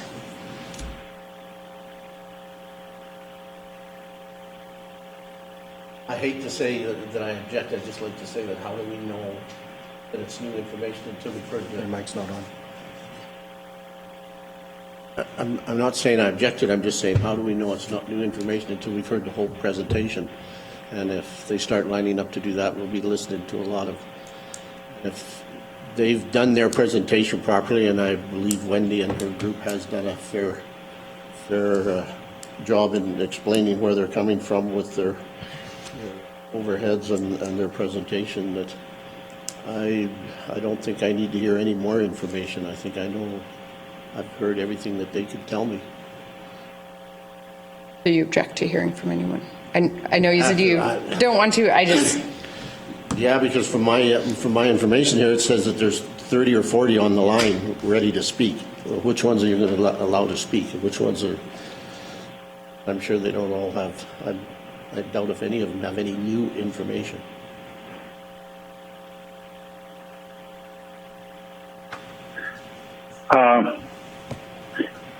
I'm open to listening to new information. If you've listened to the prior presentation, and our ratepayers really weren't afforded the opportunity to speak at any time about this development in a meaningful way. There are ratepayers. They pay taxes in Wheatland County. They have concerns. All they're asking for is support for information. They're not asking for us to send a letter and squash the development. All they're asking for is information. A document that can be the baseline for future concerns. Something that I guess is official and the government can say, yeah, we did it, we'll stand by it. I know that it's not a public hearing, but these citizens are asking for a letter to support a request for an environmental assessment done by the commissioned by the province. I guess I don't know the proper terminology. And I think it's incumbent on us to listen to them.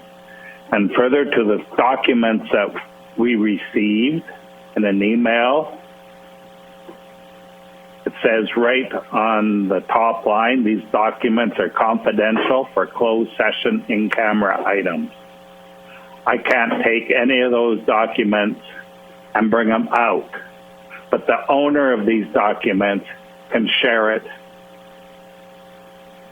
right? I think it's incumbent that council is seen as listening to their ratepayers. That's what our job is. Further to that, our procedure bylaw does permit public input sessions, just where council can hear from persons or groups interested on an issue, and we can allot time based on contentious, one of the factors that can be considered in time extensions, as well as contentious or complex issues. So just to note, there's been two things done in Kneehill County. June 11, 2013, they had an area structure plan review. December 4th, 2013, they had a public hearing for the DC district. So they've had public hearings. My point of it is this is like a public hearing that people have already had a chance to talk, and I realize it's in a different county, but that is their job to do that. And people have a right to oppose there. We're hearing some information here that wasn't even brought forward. It's been admitted several times that this is new stuff coming forward. I'm not here to judge that. I'm not a judge. I don't. And it's just the process, that's all. I've heard the same. I've heard the information. I've also seen emails that I know Councillor Kester is saying people just want to hear, but I've seen emails where people are saying, yes, we want to shut this down, and this is the last, basically, thing we can do. So it's dangerous for us, in my opinion, to be doing some of this. And I would respectfully disagree. My rationale for hearing from the ratepayers regarding this request is that there are certainly potential impacts on Wheatland County due to the proximity of the potential development adjacent to our municipality, which, while development decisions are certainly within the jurisdiction of Kneehill County, and I fully respect their autonomy in that, we also have a responsibility as through governance of Wheatland County to ensure that due diligence is being done in all decisions that are being considered regarding this project. That's my rationale. There was also mention of some in-camera documents in confidence, and I just want everybody to know this is not an in-camera meeting, this is an open public meeting. So if there's documents that say confidential on it, we shouldn't be looking at them here. Typically, correspondence that is sent to council is sent with the recognition that it would be public. We typically would include correspondence in our council package. Much of this correspondence was received after our council package was collated and prepared. My understanding, and administration can correct me if I'm wrong, the reason for the correspondence being marked as confidential is because administration did not have an opportunity to put that through our FOIP process, remove personal information that we typically would not include in a public piece of correspondence. We now do include names, but we have been removing things like telephone numbers or personal addresses, things like that. Administration, please correct me if I'm missing something there, but my understanding is the correspondence would not be confidential, but that we just would not, because it was not prepared through our FOIP process. Good morning, Brian from administration. So correspondence typically would not. Any documents that would be FOIP'd would remove phone numbers. Any additional documents that are presented in camera would be exempt or would be under FOIP legislation, so those would not be released to the public upon request. Thank you. Through the chair, I agree with where Councillor Clausen is coming from. And I'm going to get myself in hot water for this, but as he stated, this is not a public hearing. We do not have any opposing discussion coming forward. If anybody out there that's on the line has opposing issues that they would like to put on the table that we haven't heard, fine, let them speak. But if they're just simply going to reiterate what we've already heard, and in every email that I've received and anybody that's been on the phone, it's all been in favor of this move that they want to do, that's fine. But I don't need to hear 20 more people tell me the same thing that I've already read and heard. If there's someone out there that has opposing views, fine, I'll listen to them. But I've got nothing to compare right now. Reeve Link, Brian from administration. Just to kind of direct this conversation back to the point of the presentation. So the point of the presentation would be for the environmental impact assessment to be done just for a letter of support from County Council. The presentation was very detailed from Ms. Clark and the legal counsel. Council can definitely hear more behind the reason for the letter of support, but as for the development piece, that's not being addressed here. That wasn't the reason for the presentation as well. So it would really just be for that, any new information for County Council to provide that letter of support. So realistically, nothing to do with the development, just that letter of support with that initial request. Thank you. Council's wishes.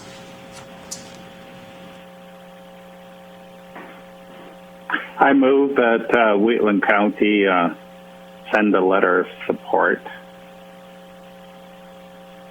to the director. Councillor Kester has moved. So the letter would be requesting that the director order a full environmental impact assessment.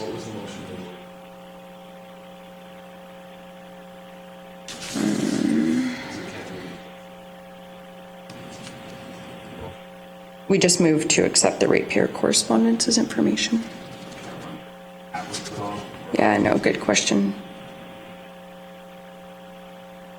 Oh, no, sorry, there was a second motion. So I thought Glenn put it forward, so. That Wheatland County write a letter to the Director for Alberta Environment and Parks requesting that AEP conduct a provincial environmental impact assessment. I don't think our procedure bylaw Restricts.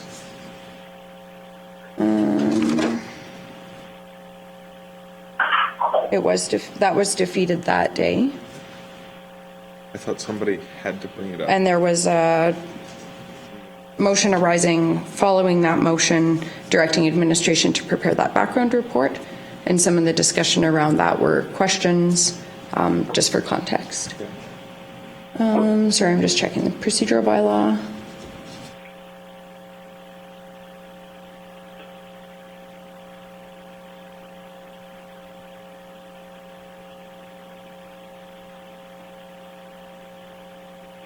Race Amber Tracy here.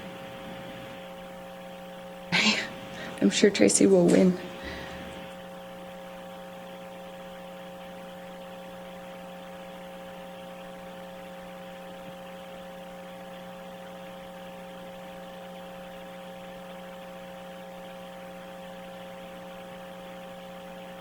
Yeah, we do have, so there's two provisions within our procedure bylaw. One is a motion to reconsider.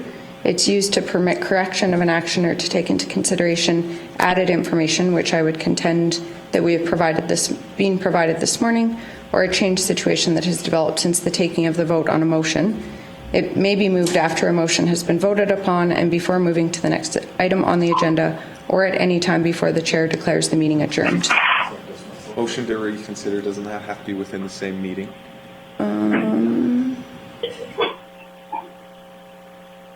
I don't know why I know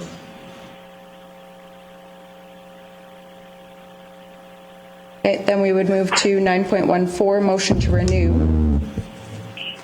If a motion fails, the same or substantially the same motion may not be renewed unless it's brought more than 1 year after the date of the original motion That's what I was. or after an election.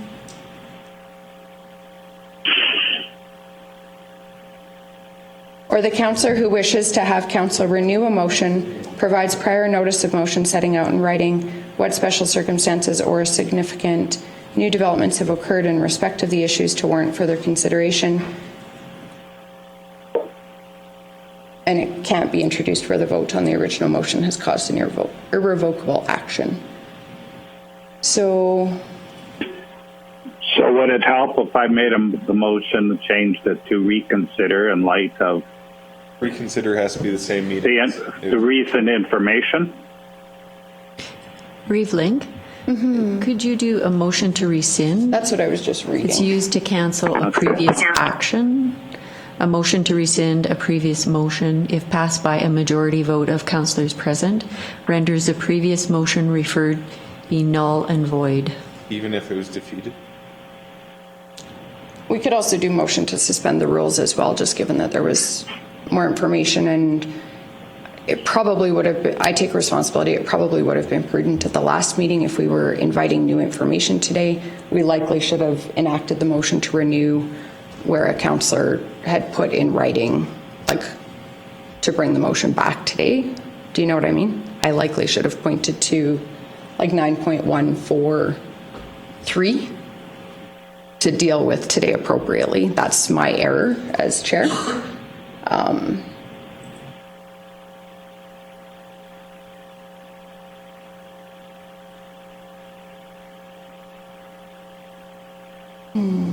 What would administration recommend? Well, if it was defeated, you just create a new motion. If we rescind, you mean?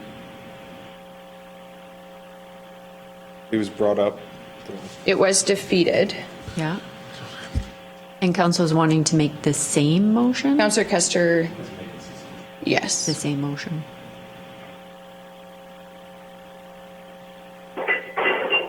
Yeah.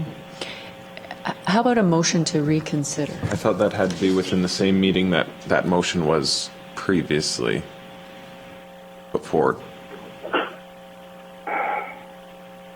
It was used to permit correction of an action or to take into consideration added information or a changed situation that has developed since the taking of the vote on a motion. There's no clause on which Yeah, meeting? if you flip and go, there's C through F as well. I'm pulling it up right now. We've had additional information, right, the presentation.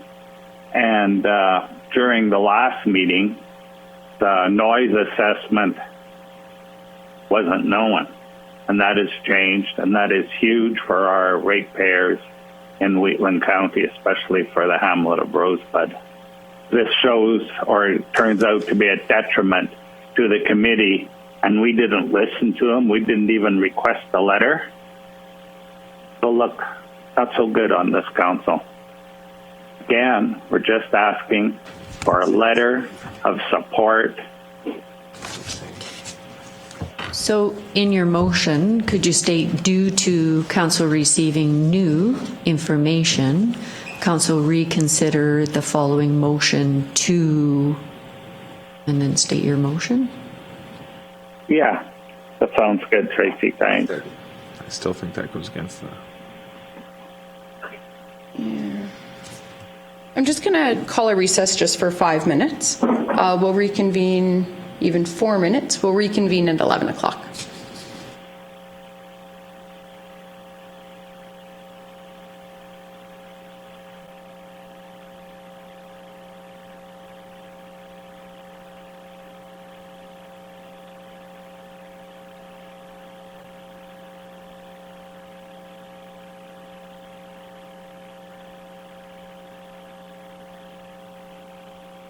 Mute off.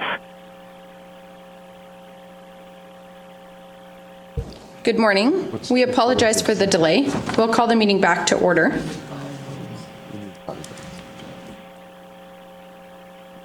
Councillor Kester, are you there? We'll just give a moment to ensure Councillor Kester is back on.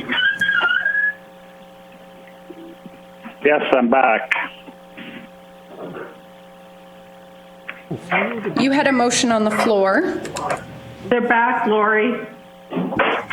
And if we can just mute the other callers, or if callers on the line could mute their phones as well, please. It just helps with quality of the call. Okay, my turn. Yes, thank you, Councillor Kester. My previous motion, I'll rescind that. Okay. And I don't believe that's a votable motion. No, you can And just I'd like rescind. to make a, yes, and then I'd like to put another motion on the floor in accordance to our procedural bylaw 9.12, a motion to suspend the rules. I would like to make that motion in light of the presentation today, and in addition to an additional new information that was provided in the presentation. So for public transparency, there's a motion on the floor to suspend the rules, which would allow council to, if passed by a 2/3 majority of councillors, would allow council to take up a question or do something that would be in violation of this bylaw. This motion is not debatable. Through the chair, just a question of order. The motion that Glenn is talking, that Councillor Kester is talking about suspending was a voted motion that belongs to council. No, so the motion on the floor at this point. How can he rescind a motion that was? Oh, he just rescinded the motion that he just made now that was on the floor. Oh, okay. It was an ineligible Sorry. motion. Okay, I thought So it was. that's been rescinded because we can't consider that. The motion on the floor at this point is to suspend the rules, which would allow council to deal with the question, deal with the matter that was defeated at the previous council meeting. Councillor Kester has indicated based on new information that we have received today. This motion is not debatable. Is there any councillor opposed? Yes. We'll do a roll call vote. Reeve Link is in favor. Deputy Reeve Clausen. In favor? Councillor Wilson. Opposed. Councillor Bigger. Favor. Councillor Eichert. In favor. Councillor Kester. In favor. Councillor Armstrong. This is just suspending the rules. In favor. Motion is carried. The rules are suspended. Councillor Kester. If the rules are suspended, would I be able to make a motion that we reconsider to sending a letter of support? I wouldn't To, recommend a minister. motion to reconsider, but you could put the same motion that was previously defeated, the motion that read Wheatland County write a letter to the director under regulatory assurance section for Alberta Environment and Parks, requesting that AEP conduct a provincial environmental impact assessment of the proposed Badlands Motorsports Resort. The suspension of the rules would allow you to put that motion on the floor again and for council to consider and debate that motion and vote on it today. Okay, consider it done then. I'll make that same motion. Councillor Kester has put a motion on the floor. Is there any questions or debate?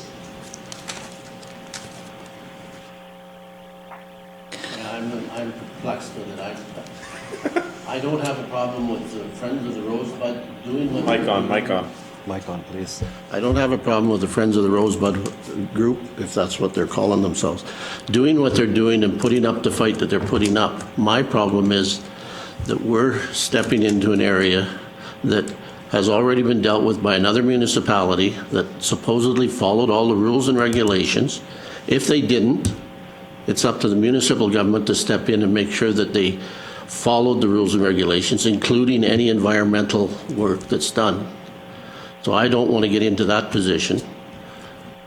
If that group wants to send a letter to the environment asking for all this environmental study, I don't have a problem with that. My problem is asking this council to step into somebody else's boardroom and make decisions on their behalf. And I'm not willing to do that. Any other questions or discussion? I have similar concerns to Councillor Armstrong. We have spent untold dollars in the CMRB to be told that where we cannot do development. And this is not happening in Wheatland County. This is happening in Kneehill. We do not have, to be consistent, we do not have the right to say, yeah, we're going to send a letter that Kneehill County is not willing to sign off on, and say that it's any different than the city of Calgary telling us that we cannot develop we cannot bring in revenue anyway. If somebody told me that we could put a racetrack in Wheatland Industrial Park and we would be generating, there could be upwards of $400 million worth of investment in that, you guys would have to fight me hard to say that that is not the best thing for us. We do not have the right to tell another county, another jurisdiction, another municipality what to do. I just think we're just stupid. So we don't have that. I believe that if we're consistent saying the city of Calgary doesn't have the right to tell us what to do on our land, we don't have the right to tell Kneehill what to do on their land. Comment? You bet. This isn't about telling Kneehill County what they can and can't do. Nobody's saying they're against the racetrack. It's more of the location of the racetrack, okay? And the proper environmental assessment being done. Back in 2008, in the original proposition or proposal at the open house was condos and development in Wheatland County. Okay? People were interested or curious, to say the least.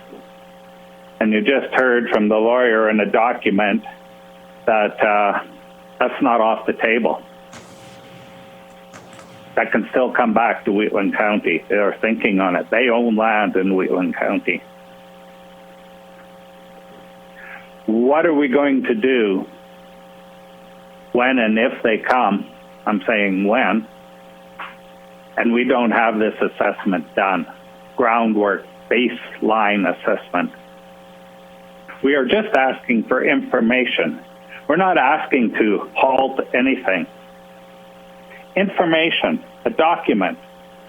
You've heard how the flawed noise impact study was. I'm not an expert on Kneehill County's affairs, but I do know they have multiple studies have been redone 2 and 3 times because of incomplete errors, whatever, redone. That's all our ratepayers are asking. Information, baseline. What is Wheatland County going to do when we get complaints about noise, say, in the hamlet of Rosebud, and they'll say, well, I guess engineer made a mistake. We have this study here saying there would be no noise. We know you can't predict everything. But you also heard today that that study was flawed, had calculation errors. I don't know how you make a calculation error, push the wrong button on the calculator, I don't know. But you know it's flawed. Or there is to get an engineer to say another engineer's work is flawed is huge. It is something that just doesn't happen willy-nilly. They have their own code of conduct. So keep that in mind. This is just a request that we ask the director to ask for an environmental assessment. That's all. That we support the acquiring of information. We like the province to do it because we trust the province will do a good job, and it'll be something we can hang our hat on when and if the day comes that they approach Wheatland County. A, for more development. B, our ratepayers are concerned with the noise. C, our road has to be used for secondary access. We have secondary access in the lakes in Muirfield. The county wouldn't stand or approve of development in lakes in Muirfield, a gated community that only had one access. There are accesses that are closed that are only available to ambulances and stuff in that development. It's just common practice to mitigate impacts on emergencies. So just remember, this isn't shutting down anything. This is to mitigate the potential of future impacts. It gives you a baseline document. How can you make decisions after the fact? How can you say to anybody 5 years from now, oh, if we only had that study? We have the opportunity to ask for it. We're not commissioning it. It's not costing us any money. It's not costing Kneehill County any money. It's information. We're not stepping on anybody's toes. Our ratepayers ask for this information. It affects them personally. It affects their livelihood. It affects their peace and enjoyment of their property. Just about every landowner has signed on to it. Take that into consideration. When we do an area structure plan, whenever we do a bylaw, we take in adjacent landowners' considerations. This county is known for being fair and listening to their ratepayers. No development is a given in Wheatland County. If the area ratepayers don't like it, very seldom it passes, unless the province tells us we have to pass it. We stick up for our ratepayers, and that's all they're asking for is a letter of support. Just a letter of support. I don't want to take it lightly. It's just a letter of support. It's huge. But that's all we can do. We have no right to tell Kneehill County what to do. Just a letter of support. Thanks. Any other questions or discussion? No, I'd just reiterate Councillor Eichert and Armstrong's positions. I don't think it's our position to add red tape to a municipality's development after the fact of approval. Any other questions or discussion? I just want to make a point too that the group has every right to ask for the EIA, and I'm glad they're doing it. They're adjacent landowners; they have that right and ability, and I'm happy that they're invoking the right to do so. To ask us to do that, I just don't think I can support that for the various reasons we've heard and discussed here. There was a process that went through. However flawed it was I've heard there's some reports that may or may not have the right information. I'm not able to judge that information. We're not here to have a hearing on this. And it's like we're having a hearing on something that's already been heard. So I can't support that. Through the chair, and I understand where Glenn's coming from, but my question would be, if we as a municipality were asking for an environmental assessment plan for future development, I don't have an issue with that, but it would be within Wheatland County.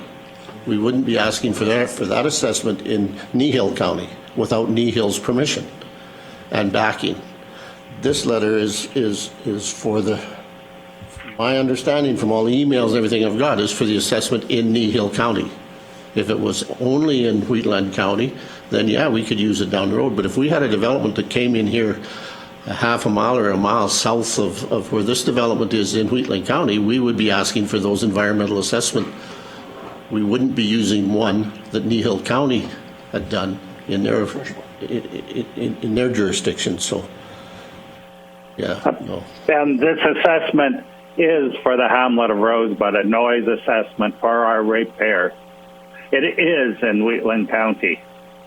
The water that flows down there and flows downstream flows through Wheatland County. It's a baseline assessment. There's nothing there now. When else are you going to get a baseline assessment? This is an assessment. It is for the ratepayers of Wheatland County.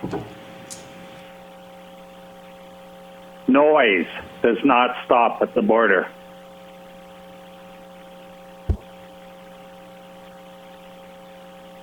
I'm going to respectfully and strongly disagree with some of the comments that have been made. In no way are we telling Kneehill County anything regarding their decision-making process.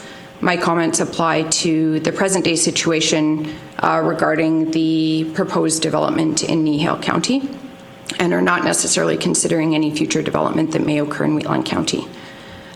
Personally, I support the request to write the letter asking Alberta Environment and Parks Director to exercise their authority to require an environmental impact assessment. To my knowledge, no full environmental impact assessment has been completed to date. There have been questions raised and compelling potential evidence that support my rationale for supporting this request. Given the unique location of the proposed development with two borders with adjacent to Wheatland County, and given the proximity to Wheatland County ratepayers. The fact that this area is recognized by both Wheatland County and Kneehill County councils as environmentally significant, as stated on page 17 of our IDP, which I recognize was created after some of the approvals have been done for this project, but nonetheless is a fact. As well, contributing to my rationale for supporting this motion is the complexity and scale of the proposed development, the potential and significant impacts to our ratepayers, as well as to our municipality. There's a potential impact that is significant on our transportation infrastructure. As well, we have outstanding concerns regarding impacts to wetlands, and there is an ongoing appeal regarding that matter. I'm in no way taking a position on the actual development, as I haven't reviewed all of the application materials and/or the studies. If at some time in the future that came forward that this development were to expand into Wheatland County, I would analyze those documents at that point. However, the environmental impact assessment could provide data to make evidence-based decisions and ensure that due diligence has been done. I actually think that by supporting this request, it's a way to mitigate future liability for Wheatland County. As well, this is consistent with my previous position that I've assumed, indicating that I will advocate for issues relevant to Wheatland County, even to other levels of government that have jurisdiction over matters. There was a reference to the CMRB, and recently the CMRB also voted to not consider all information and data that was available when making a decision, and I think that that's utterly wrong. We have a responsibility through governance of this municipality to balance multiple issues, including development issues in our environment and impact on adjacent ratepayers. Any other questions or discussion? Yeah, my question is, this motion that we're talking about, is this a motion to support their request for that group to for that group's request environment to do this, or is this a motion for council to request the environmental study? The motion is for Wheatland County to write a letter to the director of AEP requesting that they order an EIA to be conducted.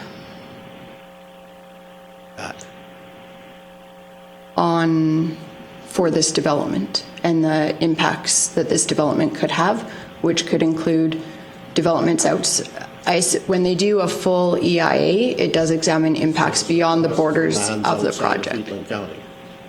It would consider impacts on Wheatland County if there were identified impacts of this development on Wheatland County, which I think there's a strong basis to assume that there would be impacts on Wheatland County.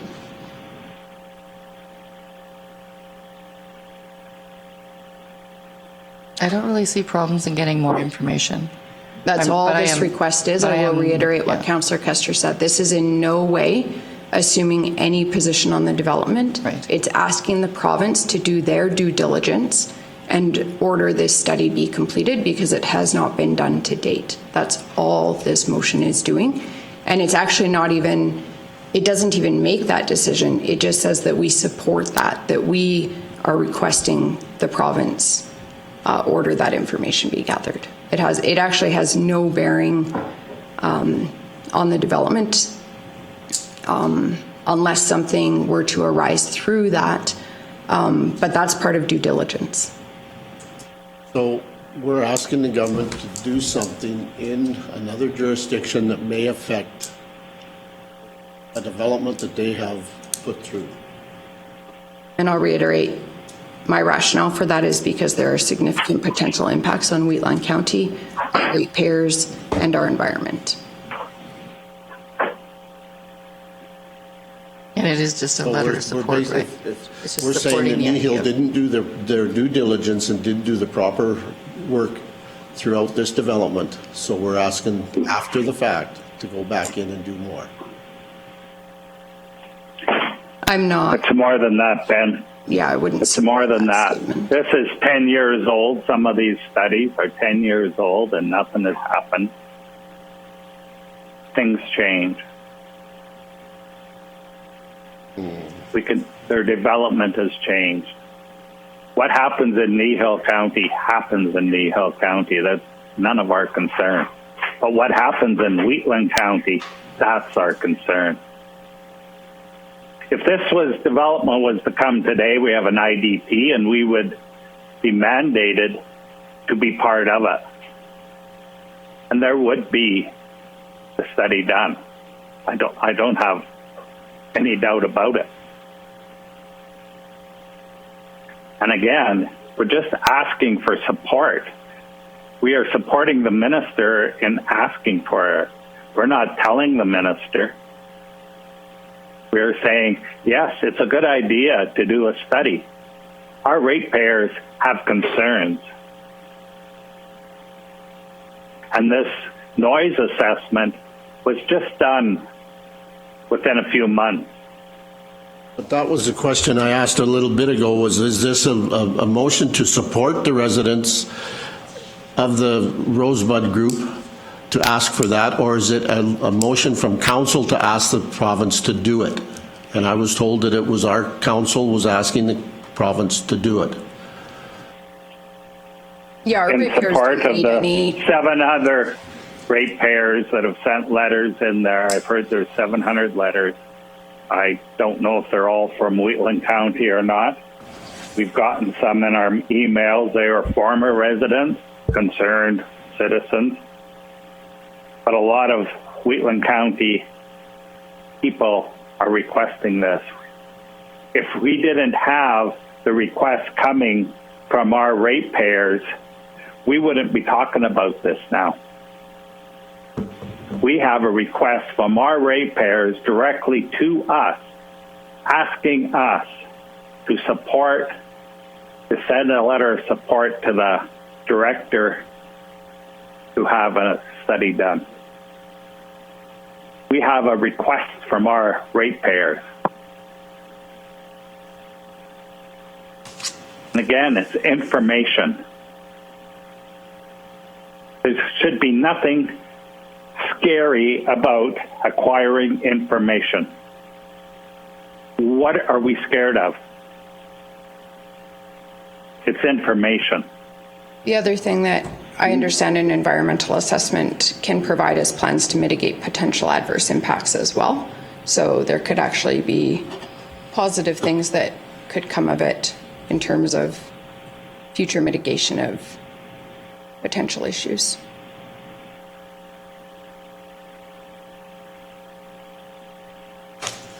I was just, yeah. I believe the study said.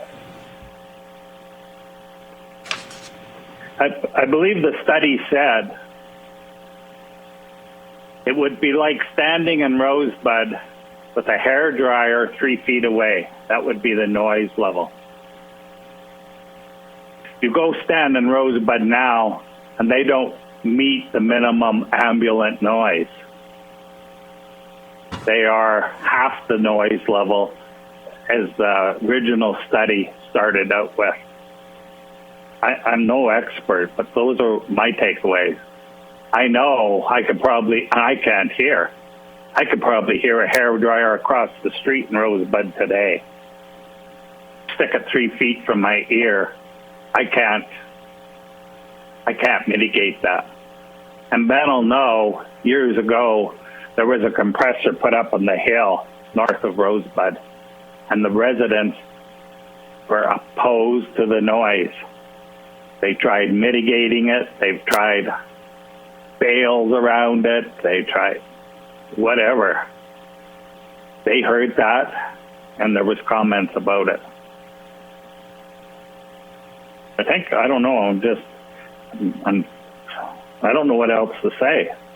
I just can't understand why we are scared of asking for more information. It's on our border. We have more border on this development than Kneehill County does. Councillor Wilson. I move to call the question. Access. Sorry, we'll let Councillor Kester finish. I just didn't know he wasn't finished. I agree. I think I've talked myself. I don't know what else to say. I'm just asking for information. There's a motion to call the question. We can vote on that. Is any councillor opposed? I am.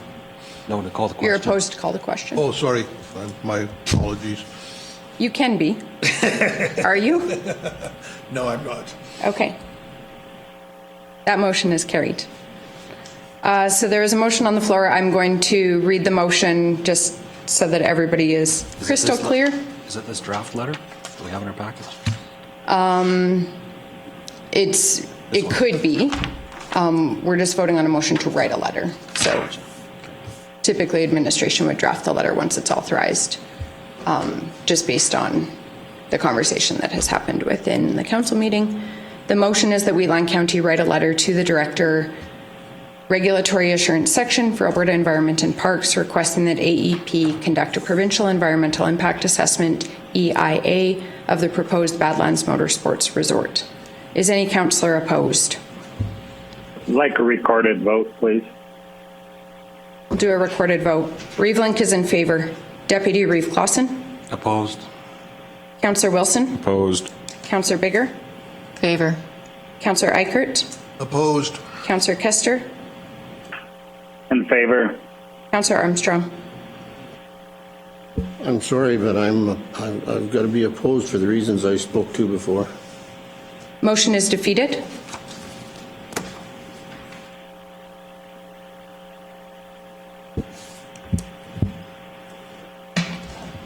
My question to council is now, if Need sends a letter up there and tells them not to do it, what are they going to do?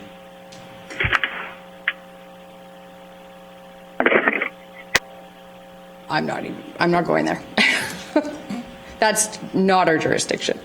We're going to move to 2.43, Carsland CP Whistle Cessation Survey. Good morning, Council. Matt from administration here to present the Carsland CP Whistle Cessation Survey that administration released several weeks ago on page 52 of your agenda package. This report is strictly for information, but administration is seeking direction. Obviously, you can see the survey results found on page 53 and 54 of your agenda package. The last 12 months, we've seen council work on this project and examined the feasibility of eliminating whistling at the crossing specific to Range Road 260 and Barstow Street within the hamlet of Carsland. You'll see the results. Administration put together some general questions for both residents and business owners, impacts on their specific quality of life, including their business as well. And we've received a great uptake of participation from the community. And you'll see that there's kind of some general 50-50 splits here on answers. We summarized each question and really extrapolated salient points from the answers of the survey that you can see below each bar graph there. And so ultimately, the data represents a non-concern factor. If the whistle was removed, we're able to extrapolate that from the data and distill that down. Should council choose to authorize the cessation of the whistle at this location, the steps are that administration will contact CP Rail and submit the Watt consulting report that was done approximately a year ago, the resolution to reflect council's agreement on the whistle cessation, the engagement data, and CP Rail will notify the public and any other stakeholders of the intended change. No expenses will be incurred with the exception of the recommendation from the Watt consulting report says that should the cessation occur, administration and staff should install 40-kilometer-an-hour speed signs at specific locations for public safety. Upwards of $500 contingent on if we have those signs in the inventory right now, but that's the recommended plan of attack. And that concludes my presentation. Thank you. Thank you for the information. Any questions? I'll move that council accept the Carsland CP whistle cessation survey results as information for Division 3. Any questions or discussion?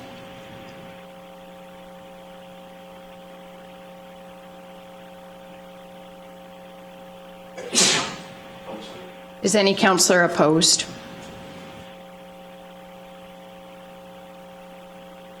Motion is carried.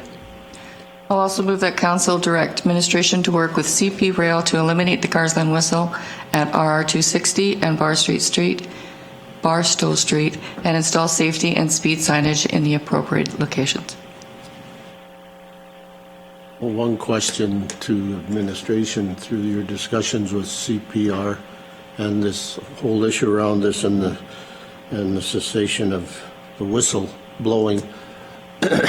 Are we under any obligation to supply any type of liability because we have requested that for safety reasons, that we have requested the stoppage or the reduction of those whistles? Because that's usually dealt with under federal transportation and that's their regulations. If we're asking them to change that, is there any financial or liable passed down to us? So through the Reeve to Councillor Armstrong, great question. In the Watt consulting report, which was done and I believe has been reviewed by council, they pulled from federal jurisdiction and authority and nothing highlighted any risks to the county. The only risk that was highlighted was the speed signs that should be installed should the whistle be removed. That's the only information that was provided through that report. Again, that was in consultation with federal jurisdiction in that regard, and that's what administration are going off of. There was a discussion with the previous manager, and CP had said that they would be increasing their liability insurance for that area. But that was, I never saw that in writing or anything. That was communicated to me. Just a clarifying question on the motion. So when you're indicating installing speed signs, that would part of your motion be reducing the speed limit to 40 kilometers an hour on that portion of Barstow that was recommended within the Watt report, if the whistle cessation process is successful? Would you consider an amendment to your motion to include just Yeah. that specific detail, because I think we would need a motion to lower the Into speed detail? limit. Okay, yeah, If you would consider that amendment. yes. Okay. Any other questions or discussion?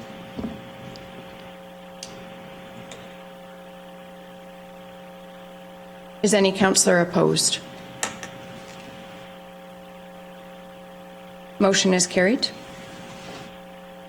We'll move to Carsland Water Reservoir repairs.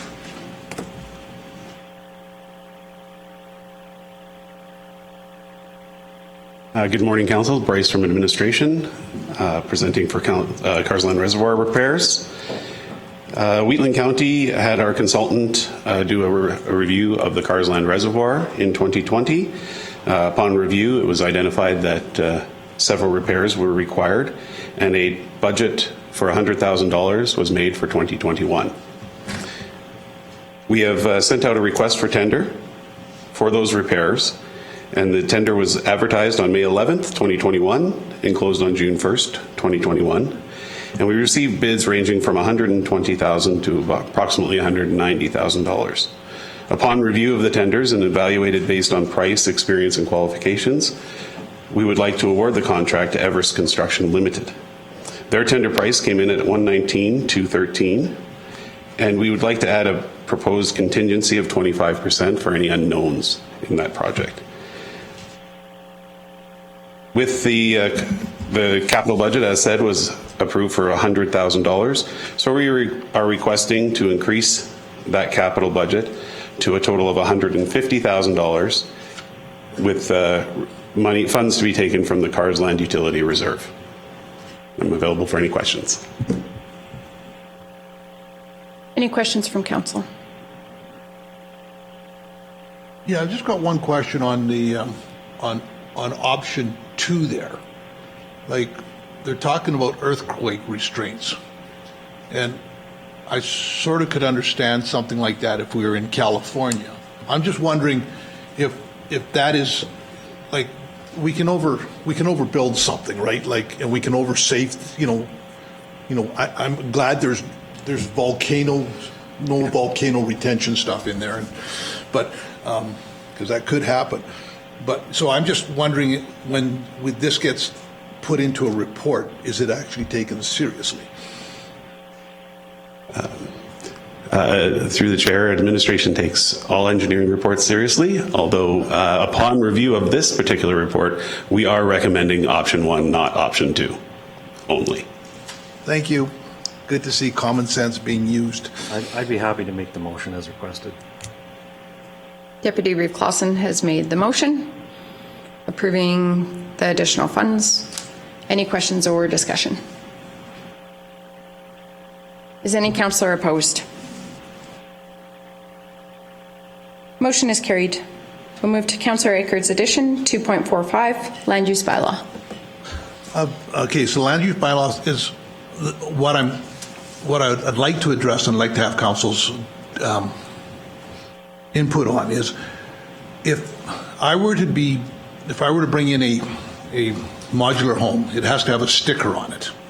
And I'm just wondering if we can somehow put a provision into our land use bylaw that we could have our inspection company, like the company we hire, our contractor at Park Inspections, if they could look at a model that does not have the sticker, but that has been, say, renovated, because as I get older, I realize that just because my body is getting old, my bones are still pretty good. So if something's been taken care of, especially in a housing kind of operation where there's new windows, new doors, new roof on it, and all that kind of stuff, it can be as good as the original date. So I'm just wondering if we can just, put a provision on, like, because it seems unfortunate, and I understand why we do this, because we don't want to put junkers onto properties, but I'm just wondering if there's, just so that people aren't going to try to do this on the sort of quote unquote on the sly, and then just sort of wait for the assessor to find out that what they've done, right? So I would like to know if we could do a provision where if I've got a really good, like even if it's past the date, doesn't have the sticker, but say it's been renovated in the last 5 years, if we could hire, if the homeowner could hire our inspection agency to take a look at it, and the inspection agency say, yeah, there's nothing wrong with that. It's been brought up to today's standards. So that's all I'm. Before we debate this, it's a great idea. I feel like we did ask this previously. Could I suggest that you perhaps put a motion on the floor requesting administration bring an RFD back, and then they could bring all pertinent information regarding this issue to council? Could we bring it to a committee of the whole? I think that might be a little better. Yeah, that would be great. Yeah, and I'm fine. So I'll ask. I just think it'll be a better. I'll make a motion that we bring this back. I feel like we did look at this in a committee of the whole previously. From my division, I had one that was very similar. I support what you're asking for because the way I look at it now, if it meets current electrical, current plumbing, current building construction, stuff like that, and because I was dealing with one in particular about this, and it's just about impossible to get an older unit that's been there with that E277 thing. They may have put a pile of money into it, and structurally it's sound, it's got all new plumbing and everything like that, but they can't get that, so we don't allow it. If it met all those criteria, that's what I'm thinking, right?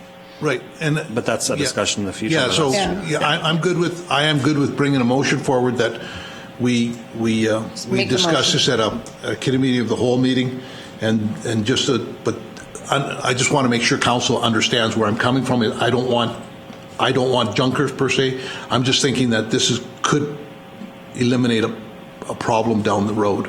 And junkers is an aesthetic thing, so it could be some kind of architectural controls we could put in place, stuff like that, right?